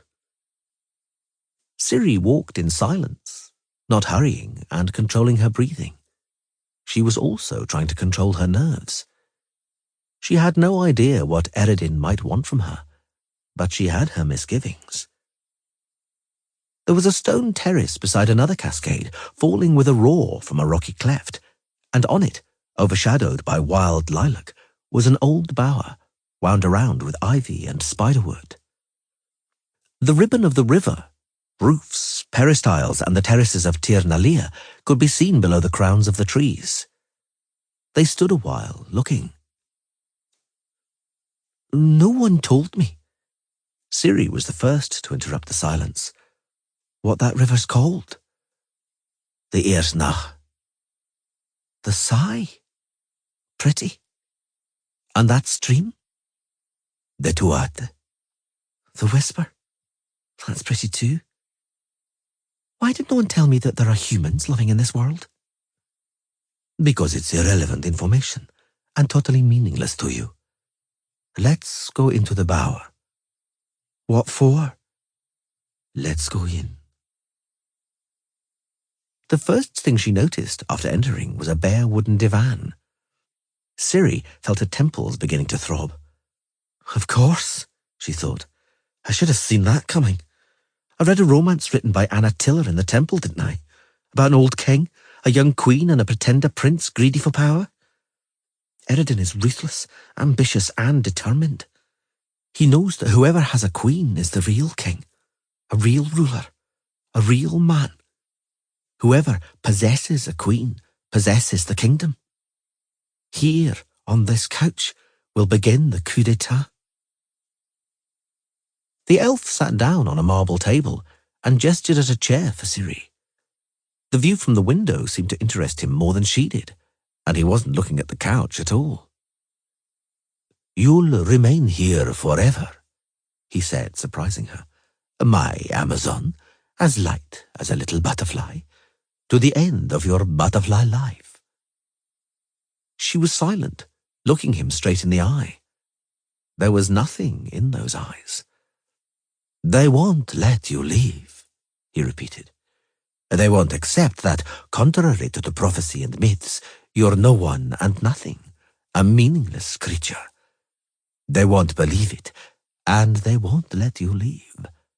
They hoodwinked you with a promise to ensure your submission, but they never intended to keep that promise.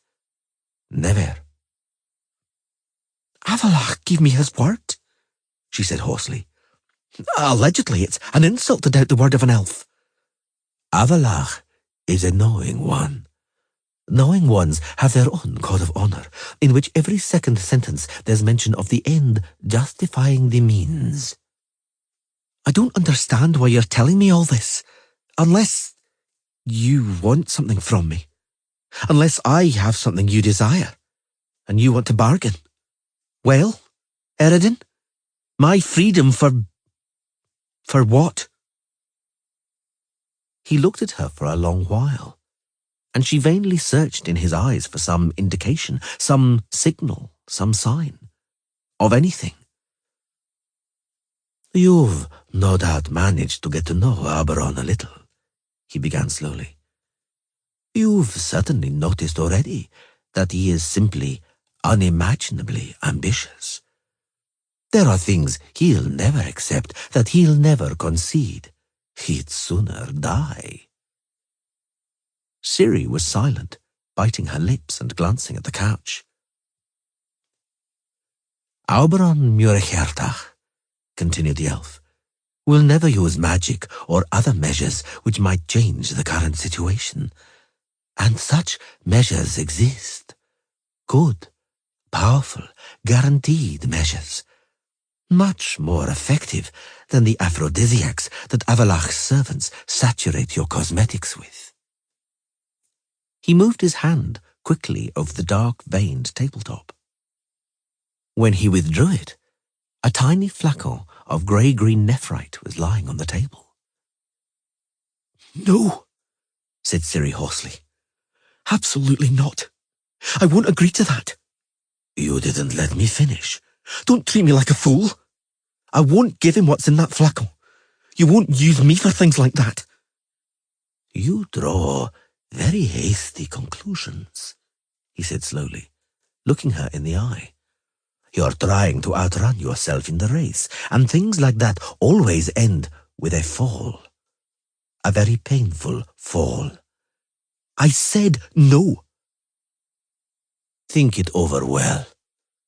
Regardless of what the vessel contains, you always win. You always win, Swallow." "No!"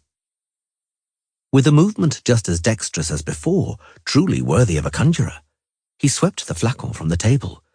Then he stayed silent for a long while, looking at the river Esna, glinting among the trees. "You'll die here, little butterfly," he said finally. "They won't let you leave, but it's your choice. I made a deal. My freedom for freedom," he snorted. "You keep talking about freedom. And what would you do if you finally regained it? Where would you make for? Get it into your head that at this moment not only places but time separate you from your world. Time passes differently here than there. Those you knew as children are now decrepit. Those who were your peers died long ago." "I don't believe you." "Think back to your legends. Legends about people who mysteriously disappeared and returned years later, only to gaze on the overgrown graves of their loved ones. Do you think they were fantasies? Fabrications? You're mistaken. For whole centuries, people have been kidnapped, carried away by horsemen whom you call the Wild Hunt. Kidnapped, exploited, and then discarded like the shell of a sucked-out egg. But not even that will befall you, Zirael. You will die here. You won't even have the chance of seeing your friends' graves." "I don't believe what you're saying." "Your beliefs are your own private matter, and you choose your own fate yourself. Let's go back. I have a request, Swallow. Would you like to consume a light meal with me in Tirnalia?" For several heartbeats, hunger and a reckless fascination fought in Ciri against anger, fear of poison, and general antipathy. "With pleasure." She lowered her eyes. "Thank you for the offer." "No, I thank you. Let's go." As they were exiting the bower, she glanced at the divan once again and thought that Anatilla was actually a stupid and gushing hack. They descended to the River Sai slowly, in silence, amidst the aroma of mint, sage, and nettle, down the steps, along the bank of a stream called the Whisper. When that evening, perfumed with hair still damp after an aromatic bath, she entered the royal chambers, she found Auberon on a sofa bent over a large book. Without a word, with only a gesture, he ordered her to sit beside him. The book was richly illustrated. To tell the truth, there was nothing in it apart from illustrations. Although she tried to play the sophisticated lady, the blood rushed to Ciri's cheeks. She'd seen several such works in the temple library in Ellender, but they couldn't compete with the Book of the Elder King, neither in the richness and variety of the positions, nor in the artistry of their depiction. They looked at it for a long time in silence. "Please get undressed." This time he also got undressed. His body was slender and boyish, downright skinny like Gisela, like Cayley, like Reef, whom she'd seen many times when they bathed in streams or mountain lakes. But vitality exuded from Gisela and the rats. Life exuded from them, the desire to live, blazing among the silver drops of water spraying around. But from him, from the Elder King, the cold of eternity exuded. He was patient. Several times it seemed it was about to happen, but nothing came of it. Ciri was angry at herself, certain that it was because of her ignorance and paralyzing lack of skill. He noticed and calmed her. As usual, very effectively, and she fell asleep in his arms. But in the morning, he wasn't with her. The next evening, for the first time, the Elder King betrayed his impatience. She found him hunched over the table where a looking-glass framed in amber was lying. White powder had been sprinkled on it. "It's beginning," she thought. Auberon used a small knife to gather the fish-take and form it into 2 lines. He took a silver tube and sniffed up the narcotic, first to the left, then to the right nostril. His eyes, usually sparkling, dimmed slightly and became cloudy, began to water. Ciri knew at once it wasn't his first dose. He formed 2 fresh lines on the glass, then invited her over with a gesture, handing her the tube. "Oh, who cares?" she thought. "It'll be easier." The drug was extremely powerful. A short while later, they were both sitting on the bed, hugging and staring at the moon with their eyes watering. Ciri sneezed. "An uncharted night," she said, wiping her nose with the sleeve of her silk blouse. "Enchanting," he corrected her, wiping an eye. "Encheas, not encheas. You need to work on your pronunciation." "I will." "Get undressed." At first it seemed it would be good, that the drug would stimulate him as much as it was her, and its effect on her was to make her active and adventurous.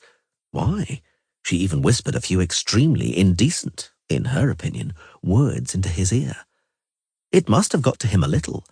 The effect was tangible, and at one moment Ciri was certain it was about to happen. But it didn't. At least, not all the way. And once again he became impatient. He stood up and threw a sable fur over his shoulders. He stood like that, turned away, staring at the window and the moon. Ciri sat up and wrapped her arms around her knees. She was disappointed and cross, and at the same time she felt strangely wistful. It was doubtless the action of the powerful fish-deck. "It's all my fault," she mumbled. "That scar blights me, I know. I know what you see when you look at me. There's not much elf left in me. A gold nugget in a pile of compost." He turned around suddenly. "You're extremely modest," he drawled. "I would say rather a pearl in pig shit. A diamond on the finger of a rotting corpse. As part of your language training, you can create even more comparisons. I'll test you on them tomorrow, little Dinah. Oh, human creature, in whom nothing but nothing remains of an elven woman." He walked over to the table, picked up the tube and leaned over the looking-glass. Ciri sat as though petrified. She felt as if she'd been spat on. "I don't come here out of love," she barked furiously. "I'm being held and being blackmailed, as you well know. But I'm reconciled to it. I'm doing it for whom?" He interrupted heatedly, quite unlike an elf. For me? For the Aeon she imprisoned in your world, you foolish maid. You're doing it for yourself. You come here for yourself and vainly try to give yourself to me. For it's your only hope, your only chance. And I'll tell you one more thing. Pray. Pray zealously to your human idols, godheads and totems. Because it'll either be me or Avalach and his laboratory. Believe me, you wouldn't want to end up in the laboratory and become acquainted with the alternative. It's all the same to me, she said softly, huddling up in bed. I'll agree to anything as long as I regain my freedom. To finally free myself from you, to depart. To my world, to my friends. Your friends, he sneered. Here are your friends. He turned around and abruptly tossed the fish-tech-strewn looking-glass to her. Here are your friends, he repeated. Have a look. He went out, the tails of the fur flapping behind him. At first, she only saw her own blurred reflection in the dirtied glass. But almost immediately, the looking-glass brightened up, milkily, filled up with smoke. And then with an image. Yennefer, suspended in a chasm, back arched with hands raised. The sleeves of her dress are like the outstretched wings of a bird. Her hair undulates. Little fishes dart among it. Whole shoals of shimmering, busy little fish. Some of them are nibbling the sorceress's cheeks and eyes. A rope runs towards the bottom of the lake from Yennefer's leg, and at the end of the rope, trapped in the sludge and waterweed, is a large basket of stones. High above, the surface of the water shines and sparkles. Yennefer's dress undulates in the same rhythm as the waterweed. The surface of the looking-glass, smudged with fish-tech, becomes enveloped in smoke. Geralt, glassily pale with closed eyes, sits under long icicles extending from a rock, motionless, covered in ice and quickly being buried in snow, being blown over him by a blizzard. His white hair has already become white tangles of ice. White icicles hang from his eyebrows, eyelashes and lips. The snow keeps falling and falling. The snowdrift covering Geralt's legs grows. The fluffy piles on his shoulders grow. The blizzard howls and whistles. Ciri leapt up from the bed and hurled the looking-glass at the wall with great force. The amber frame smashed and the glass shattered into a million splinters.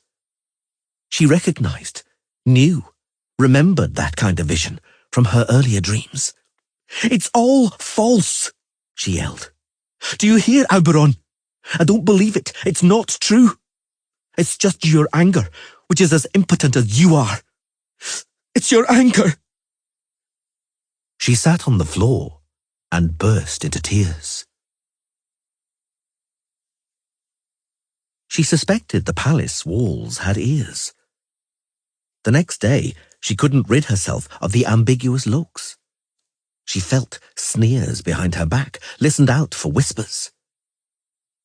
Avalach was nowhere to be found. He knows, she thought. He knows what happened and is avoiding me. In advance, before I got up, he sailed or rode somewhere far away with his gilded elf woman. He doesn't want to talk to me, doesn't want to admit his entire plan has come to nothing. Eredin was nowhere to be found either, but that was to be expected. He often went riding with his Der Gruadri, the red horseman. Ciri led Kelpie out of the stable and rode to the far side of the river, frantically thinking the whole time, not noticing anything around her. To escape is what matters. It doesn't matter if all those visions were false or true. One thing is certain. Yennefer and Geralt are there, in my world, and my place is there with them. I have to escape from here, escape without delay. After all, there must be a way.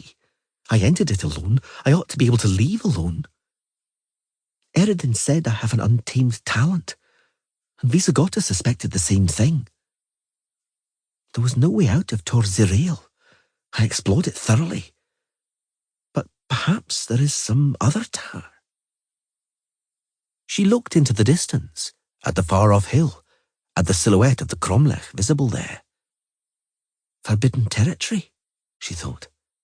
Huh? I see it's too far. The barrier probably won't allow me to go there. Not worth the effort. I'll ride upstream instead.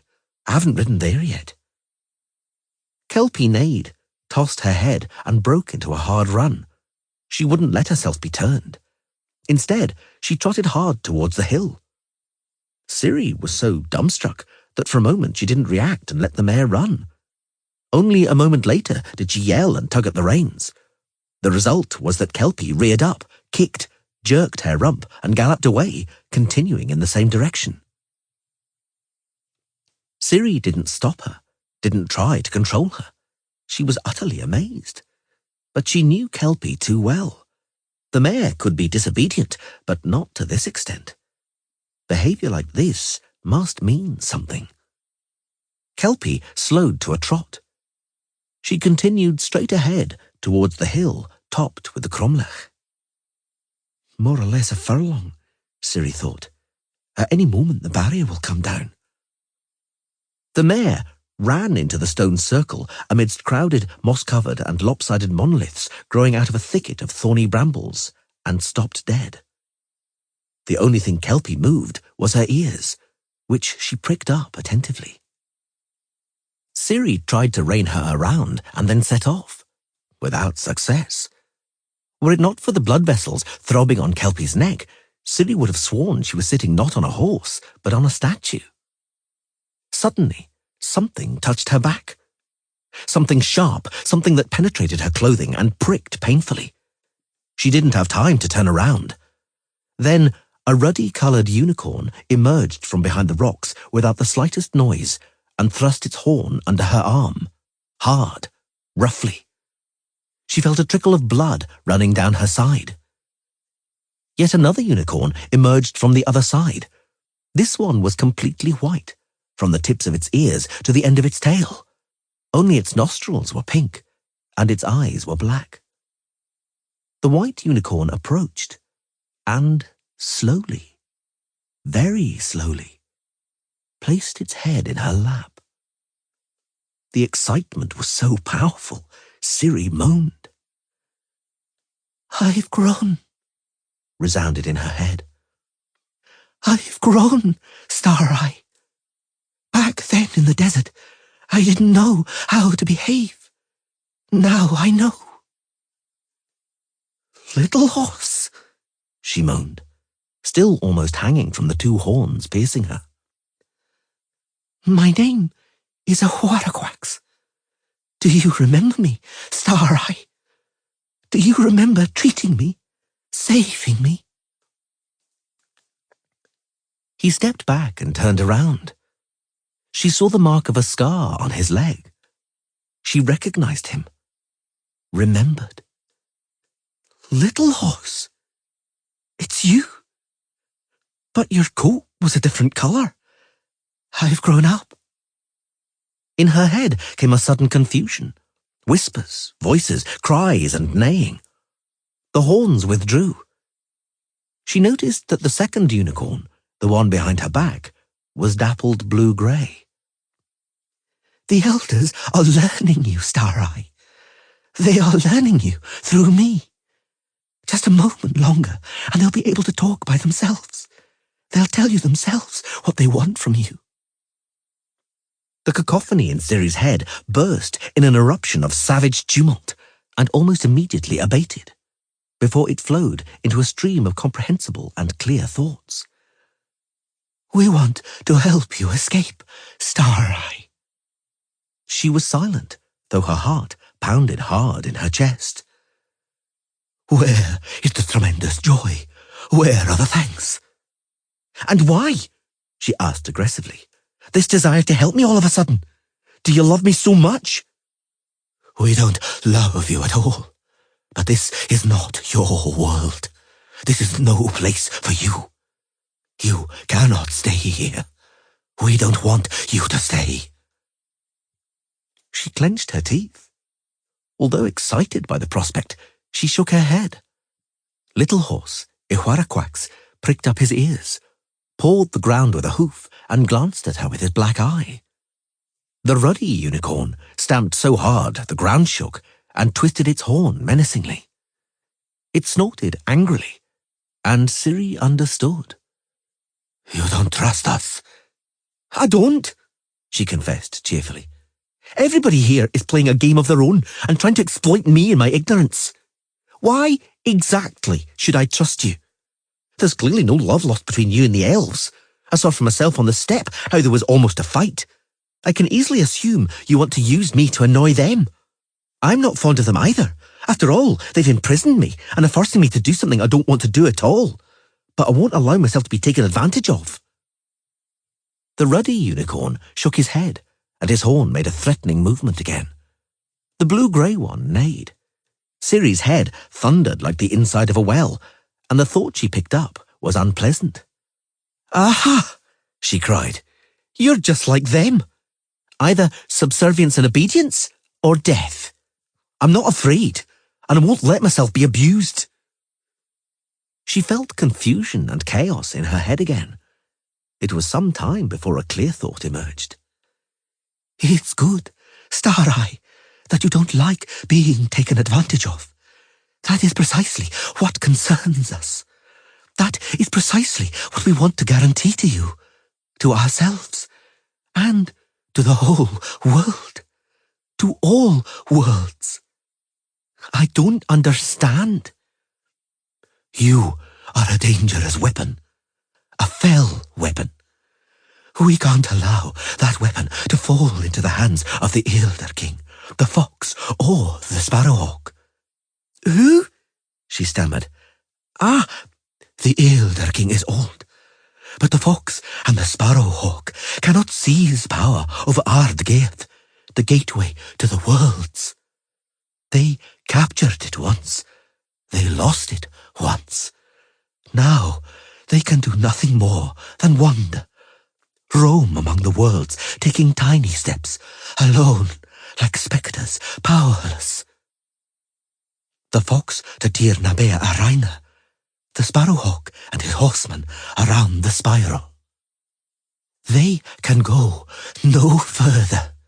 They don't have the strength, which is why they dream of Ardgaieth and power. We shall show you how they have already abused such power. We shall show you, Star-Eye, when you leave here. I can't leave here. They've put a spell on me. A barrier. Gaia's Garat. You cannot be imprisoned.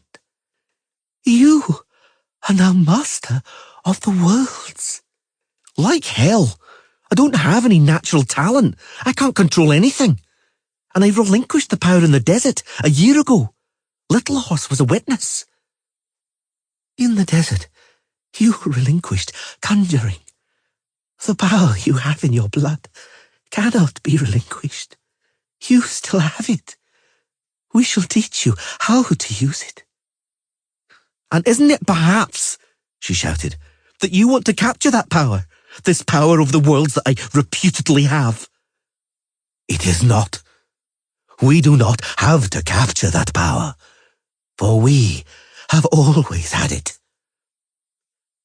Trust them, requested Ihuaraquax. Trust, Star-Eye. Under one condition. The unicorns jerked up their heads and flared their nostrils. You would have sworn sparks were shooting from their eyes. They don't like it, thought Ciri, when conditions are imposed on them. They don't even like the sound of the word. Spit. I don't know if I'm doing the right thing. Let's hope it doesn't end tragically. Speak. What is the condition? Ihuaraquax will be with me. In the evening, It clouded over, became close. A thick, sticky mist rose from the river. And when darkness fell over Tir Nalia, a storm sounded with a dull, distant growl. Every now and then, the glow of lightning lit the horizon. Ciri had been ready a long time. Dressed in black, with sword on her back, anxious and tense, she waited impatiently for dusk.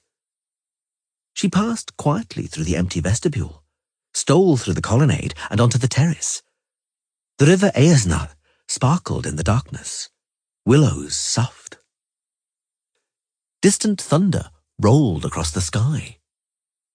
Ciri led Kelpie out of the stable. The mare knew what was expected of her. She trotted obediently towards the porphyry bridge. For a moment, Ciri followed her tracks, then glanced at the terrace beside which the boats stood. I can't, she thought. I'll appear before him once more. Perhaps I'll manage to delay the pursuers by doing it. It's risky, but there's no other way. In the first moment, she thought he wasn't there, that the royal chambers were empty, because they were silent and lifeless. She only noticed him after a moment. He was sitting in an armchair in the corner, a white shirt gaping open on his skinny chest. The shirt was made of stuff so fine it clung to his body as though wet. The Elder King's face and hands were almost as white as his shirt. He raised his eyes towards her, and there was a void in them. Shayada, he whispered. I'm glad you are here. You know, they told me you had died. He opened his hand, and something fell onto the carpet. It was the flacon of grey-green nephrite. Lara. The Elder King moved his head and touched his neck as though his royal toch was garrotting him.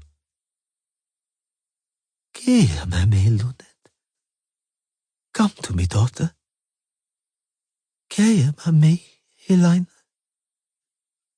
Ciri sensed death in his breath. Elaine blood, feine away, he sang. Mirelune, your ribbon has come undone.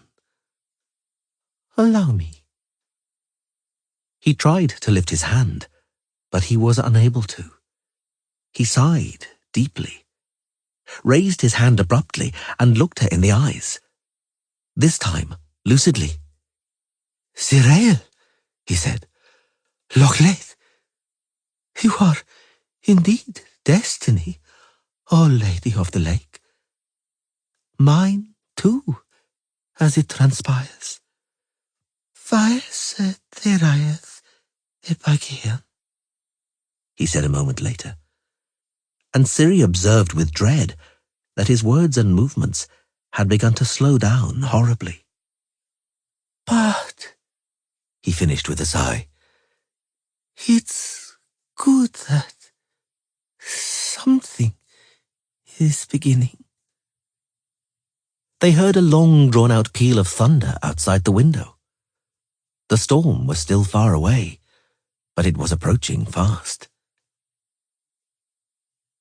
In spite of everything, he said, I very much don't want to die, Cirael. And I'm so sorry that I must. Who'd have thought it? I thought I wouldn't regret it. I've lived long. I've experienced everything. I've become bored with everything. But nonetheless, I feel regret. And do you know what else? Come closer. I'll tell you in confidence. Let it be our secret. She bent forward. I'm afraid, he whispered. I know.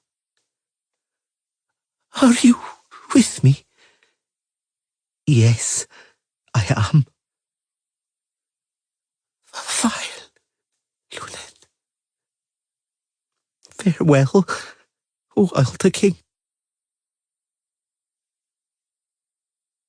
She sat with him, holding his hand, until he went completely quiet, and his delicate breath faded. She didn't wipe away the tears. She let them flow. The storm was coming closer. The horizon blazed with lightning. She ran quickly down the marble staircase to the terrace with the small columns beside which the boats were rocking. She untied one, the outermost, which she had selected the evening before. She pushed off the terrace with a long mahogany pole she had had the foresight to remove from a curtain rod. She doubted whether the boat would be as obedient to her as it had to Avalach. The boat glided noiselessly with the current. Tir na Lia was quiet and dark. Only the statues on the terrace followed her with their dead gaze. Ciri counted the bridges. The sky above the forest was lit up by a flash of lightning. A moment later, there was a long grumble of thunder. The third bridge. Something stole across the bridge softly, as nimble as a great black rat. The boat rocked as he jumped onto the bow. Ciri threw down the rod and drew her sword. "And so," hissed Eredin Breachglas, "you wish to deprive us of your company?" He also drew a sword. In a brief flash of lightning, she managed to size up the weapon. The blade was single-edged, slightly curved. The edge of the blade was shining and undoubtedly sharp. The hilt was long, and the pommel was in the shape of a circular open-work plate. It was apparent at once that the elf knew how to use it. He unexpectedly rocked the boat, pressing a foot down hard on the side. Ciri kept her balance with ease and righted the boat with a powerful tilt of her body, then almost immediately tried the same trick by jumping on the side with both feet. He wobbled, but kept his balance and lunged at her with his sword. She parried the blow, blocking instinctively, for she could see little. She retaliated with a rapid, low cut. Eredin parried and struck, and Ciri deflected the blow. A stream of sparks flew from the blades as though from flint and steel. He rocked the boat again, hard, almost knocking her over. Ciri danced, balancing with arms outstretched. He retreated towards the bow and lowered his sword. "Where did you learn that, Swallow?" "You'd be astonished." "I doubt it. Was it your idea that the barrier can be overcome by sailing along the river, or did someone reveal it to you?" "It doesn't matter." "It does, and let's get to the bottom of it. There are methods for doing that. Now drop your sword, and we'll go back." "Like hell." "We are going back, Zirael. Alberon's waiting. Tonight, I guarantee he'll be lively and full of vigor." "Like hell," she repeated. "He overdosed on that invigorating draught you showed me, the one you gave him, or perhaps it wasn't for vigor at all." "What are you talking about?" "He's dead." Eredin quickly overcame his astonishment and suddenly went for her, rocking the boat. Balancing, they traded several ferocious blows, the water carrying the resonant clang of steel. Lightning lit up the night. A bridge slid past above their heads. One of the last bridges of Tir na Lia, or maybe the last. "You must understand, Swallow," he rasped, "that you're only delaying the inevitable. I can't let you leave here." "Why not? Alberon's dead, and I'm nobody and mean nothing after all. You told me so yourself." "Well, it's true." He raised his sword. "You mean nothing. You're a tiny clothes moth that can be crushed in the fingers into shining dust, but which perhaps, if it's allowed, can cut out a hole in a precious fabric. You're a grain of pepper, despicably small, but which, when inadvertently chewed, spoils the most exquisite food. Forces want to spit it out when one wanted to savor it. That is what you are. Nothing. An irritating nothing. Lightning. In its light, Ciri saw what she wanted to see. The elf raised his sword and swung, leaping onto the bench of the boat. He had the advantage of height. He was sure to win the next clash. You ought not to draw a weapon on me, Zirael. It's too late now. I won't forgive you that. I won't kill you. Oh, no. But a few weeks in bed, in bandages, will certainly do you good. Wait. First, I want to tell you something. Disclose a certain secret. And what could you tell me? He snorted. What can you tell me that I don't know? What truth can you reveal to me? That you won't fit under the bridge? He had no time to react, struck the bridge with the back of his head and shot forward, losing his balance completely. Ciri could have simply pushed him out of the boat, but was afraid that wouldn't be enough, that it wouldn't stop her being pursued. Besides, he, whether deliberately or not, had killed the Elder King, and he deserved pain for that. She stabbed him in the thigh, right at the edge of his mail shirt. He didn't even scream. He flew overboard and splashed into the river, the water closing over him. She turned around and looked. It was a long time before he surfaced, before he dragged himself out onto some marble steps descending into the river. He lay still, dripping water and blood. It'll do you good, she muttered. A few weeks in bed, in bandages. She grabbed the pole and pushed off powerfully. The river Aesna became more and more rapid. The boat was moving more quickly. The final buildings of Tirnalia soon lay behind her. She didn't look back. First, it became very dark, for the boat had passed into an old forest, among trees whose boughs touched each other over the river, forming a vault. Then it brightened up as the forest came to an end, and on both banks there were older wetlands, reeds and bulrushes. Tussocks of weed, floating water plants and tree trunks appeared in the previously clear river. When the sky brightened up from the lightning, she saw rings on the water, and after the thunder rumbled, she heard the splash of startled fish.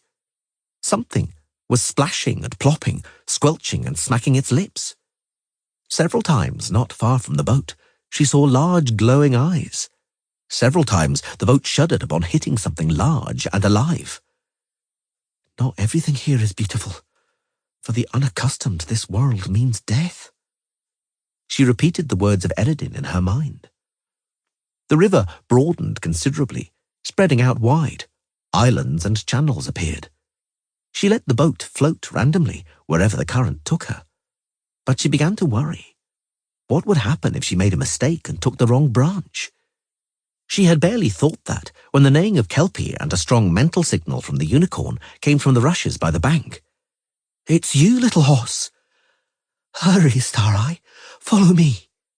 To my world. First, I must show you something. The elders ordered me to. They rode first through a forest, then across a steppe densely furrowed with ravines and gorges. Lightning flashed, thunder bellowed. The storm was coming closer. A wind was getting up. The unicorn led Ciri to one of the ravines. It's here. What's here? Dismount and see. She obeyed. The ground was uneven. She tripped. Something crunched and slipped under her foot. Lightning flashed and Ciri cried hollowly. She was standing among a sea of bones. The ravine's sandy slopes had subsided, probably washed away by downpours, and that revealed what had been concealed.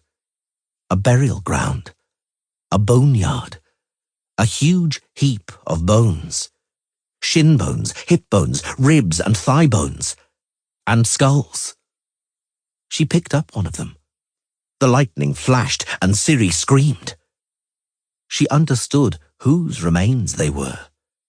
The skull, which bore the marks of a blade, had canine teeth. Now you understand, she heard in her head. Now you know. They did it, the Aen Elle, the Elder King. the fox, the sparrowhawk. This world was not their world at all. It became their world after they had conquered it. When they opened Ardgeath, having deceived and taken advantage of us, just as they have tried to deceive and take advantage of you. Ciri threw the skull away. "Murderers!" she shouted into the night. "Scoundrels!" Thunder rolled across the sky with a clatter. Iharachwax neighed loudly in warning. She understood. She leapt into the saddle and urged Kelpie into a gallop with a cry. Pursuers were on their trail. "This has happened before," she thought, gulping air as she galloped. "This has happened before. A ride like this, reckless, in the darkness, on a night full of dread, ghosts, and apparitions. Forward, Kelpie!" A furious gallop, eyes watering from the speed. Lightning split the sky in two. Ciri sees alders lit up on both sides of the road. From all sides, misshapen trees reach out towards her, the long, knobbly arms of their boughs, snap the black jaws of their hollows, and hurl curses and threats in her tracks. Kelpie neighs piercingly, hurtles along so fast her hooves seem only to brush the earth. Ciri flattens herself against the mare's neck, not just to minimize the drag, but also to avoid the alder branches, trying to knock or pull her from the saddle. The branches swish, lash, and whip, trying to latch onto her clothes and hair. The misshapen trunks sway, the hollows snap and roar. Kelpie neighs wildly. The unicorn replies. There is a snow-white dot in the gloom. It points the way. "Hurry, Star-Eye! Ride with all your might!" There are more and more alders. It's getting more and more difficult to dodge their boughs. Soon they'll bar the entire road. A cry behind, the voice of the pursuers. Iharachwax neighs. Ciri receives his signal. She understands its significance. She presses herself to Kelpie's neck. She doesn't have to urge her on. The mare, chased by fear, flies in a breakneck gallop. Again a signal from the unicorn, clearer, penetrating her brain. It's an instruction, quite simply an order. "Leap, Star-Eye, you must leap into another place, into another time." Ciri doesn't understand, but she fights to. She tries hard to understand. She focuses. She focuses so hard that the blood buzzes and pulses in her ears. Lightning. And after it, a sudden darkness. Darkness soft and black. Black darkness that nothing can lighten. A buzzing in her ears. The wind on her face. A cool wind. Drops of rain. The scent of pine in her nostrils. Kelpie prances, snorts and stamps. Her neck is hot and wet. Lightning. Soon after it, thunder. In the light, Ciri sees Iharachwax shaking his head and horn, powerfully pawing the ground with his hoof. "Little horse, I'm here, Star-Eye." The sky is full of stars, full of constellations. The dragon, the winter maiden, the 7 goats, the pitcher, and almost just above the horizon, the eye. "We did it," she gasped. "We made it, little horse. This is my world." His signal is so clear that Ciri understands everything. "No, Star-Eye. We fled from one world, but it still isn't your place, not your time. There are still many worlds ahead of us. Don't leave me alone." "I will not.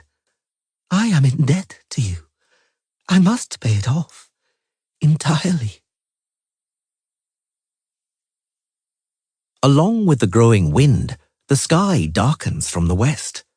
The clouds, coming in waves, extinguish the constellations in turn. The dragon goes out. the winter maiden goes out, then the 7 goats and the pitcher. The eye, which shines brightest and longest, goes out. The line of the horizon is lit up by the short-lived brightness of lightning. Thunder rolls with a dull rumble. The wind abruptly intensifies, blowing dust and dry leaves into their eyes. The unicorn neighs and sends a mental signal. There's no time to lose. Our only hope is in a quick escape, to the right place and the right time. We must hurry, Star-Eye. I am the master of worlds. I am the elder blood. I am of the blood of Lara Doran, the daughter of Shiadal. Ihuarahuax neighs, urges them on. Kelpie echoes it with a long, drawn-out snort. Ciri puts on her gloves. I'm ready, she says. A buzzing in her ears, a flash and brightness, and then darkness. The trial, sentence, and execution of Joachim de Wet is usually ascribed by most historians to the violent, cruel, and tyrannical nature of Emperor Emir, and neither is there any shortage either, particularly amongst authors of a literary bent, of elusive hypotheses about revenge and the settling of wholly private scores. It is high time the truth were told, the truth which for every attentive scholar is more than obvious. Duke de Wet commanded the Verden group in such a way that the term inept is much too mild. Having against him forces twice as weak as his own, he delayed the offensive to the north and directed all his efforts towards a fight against the Verdanian guerrillas. The Verden group committed unspeakable atrocities against the civilian population. The result was easy to predict and was inevitable. If, in the winter, the forces of the insurgents had numbered less than 500, by spring almost the entire country had risen up. King Ervil, who had been devoted to the empire, was eliminated, and the insurrection was led by his son, Prince Kistrin, who sympathized with the Nordlings. Having on his flank a landing force of pirates from Skellige, to the fore an offensive of Nordlings from Sidaris, and at the rear a rebellion, de Wet became entangled in piecemeal engagements, suffering defeat after defeat. In the process, he delayed the offensive of the Centre Army Group. Instead of, as had been planned, engaging the Nordlings' wing, the Verden group tied down Menokuhorn.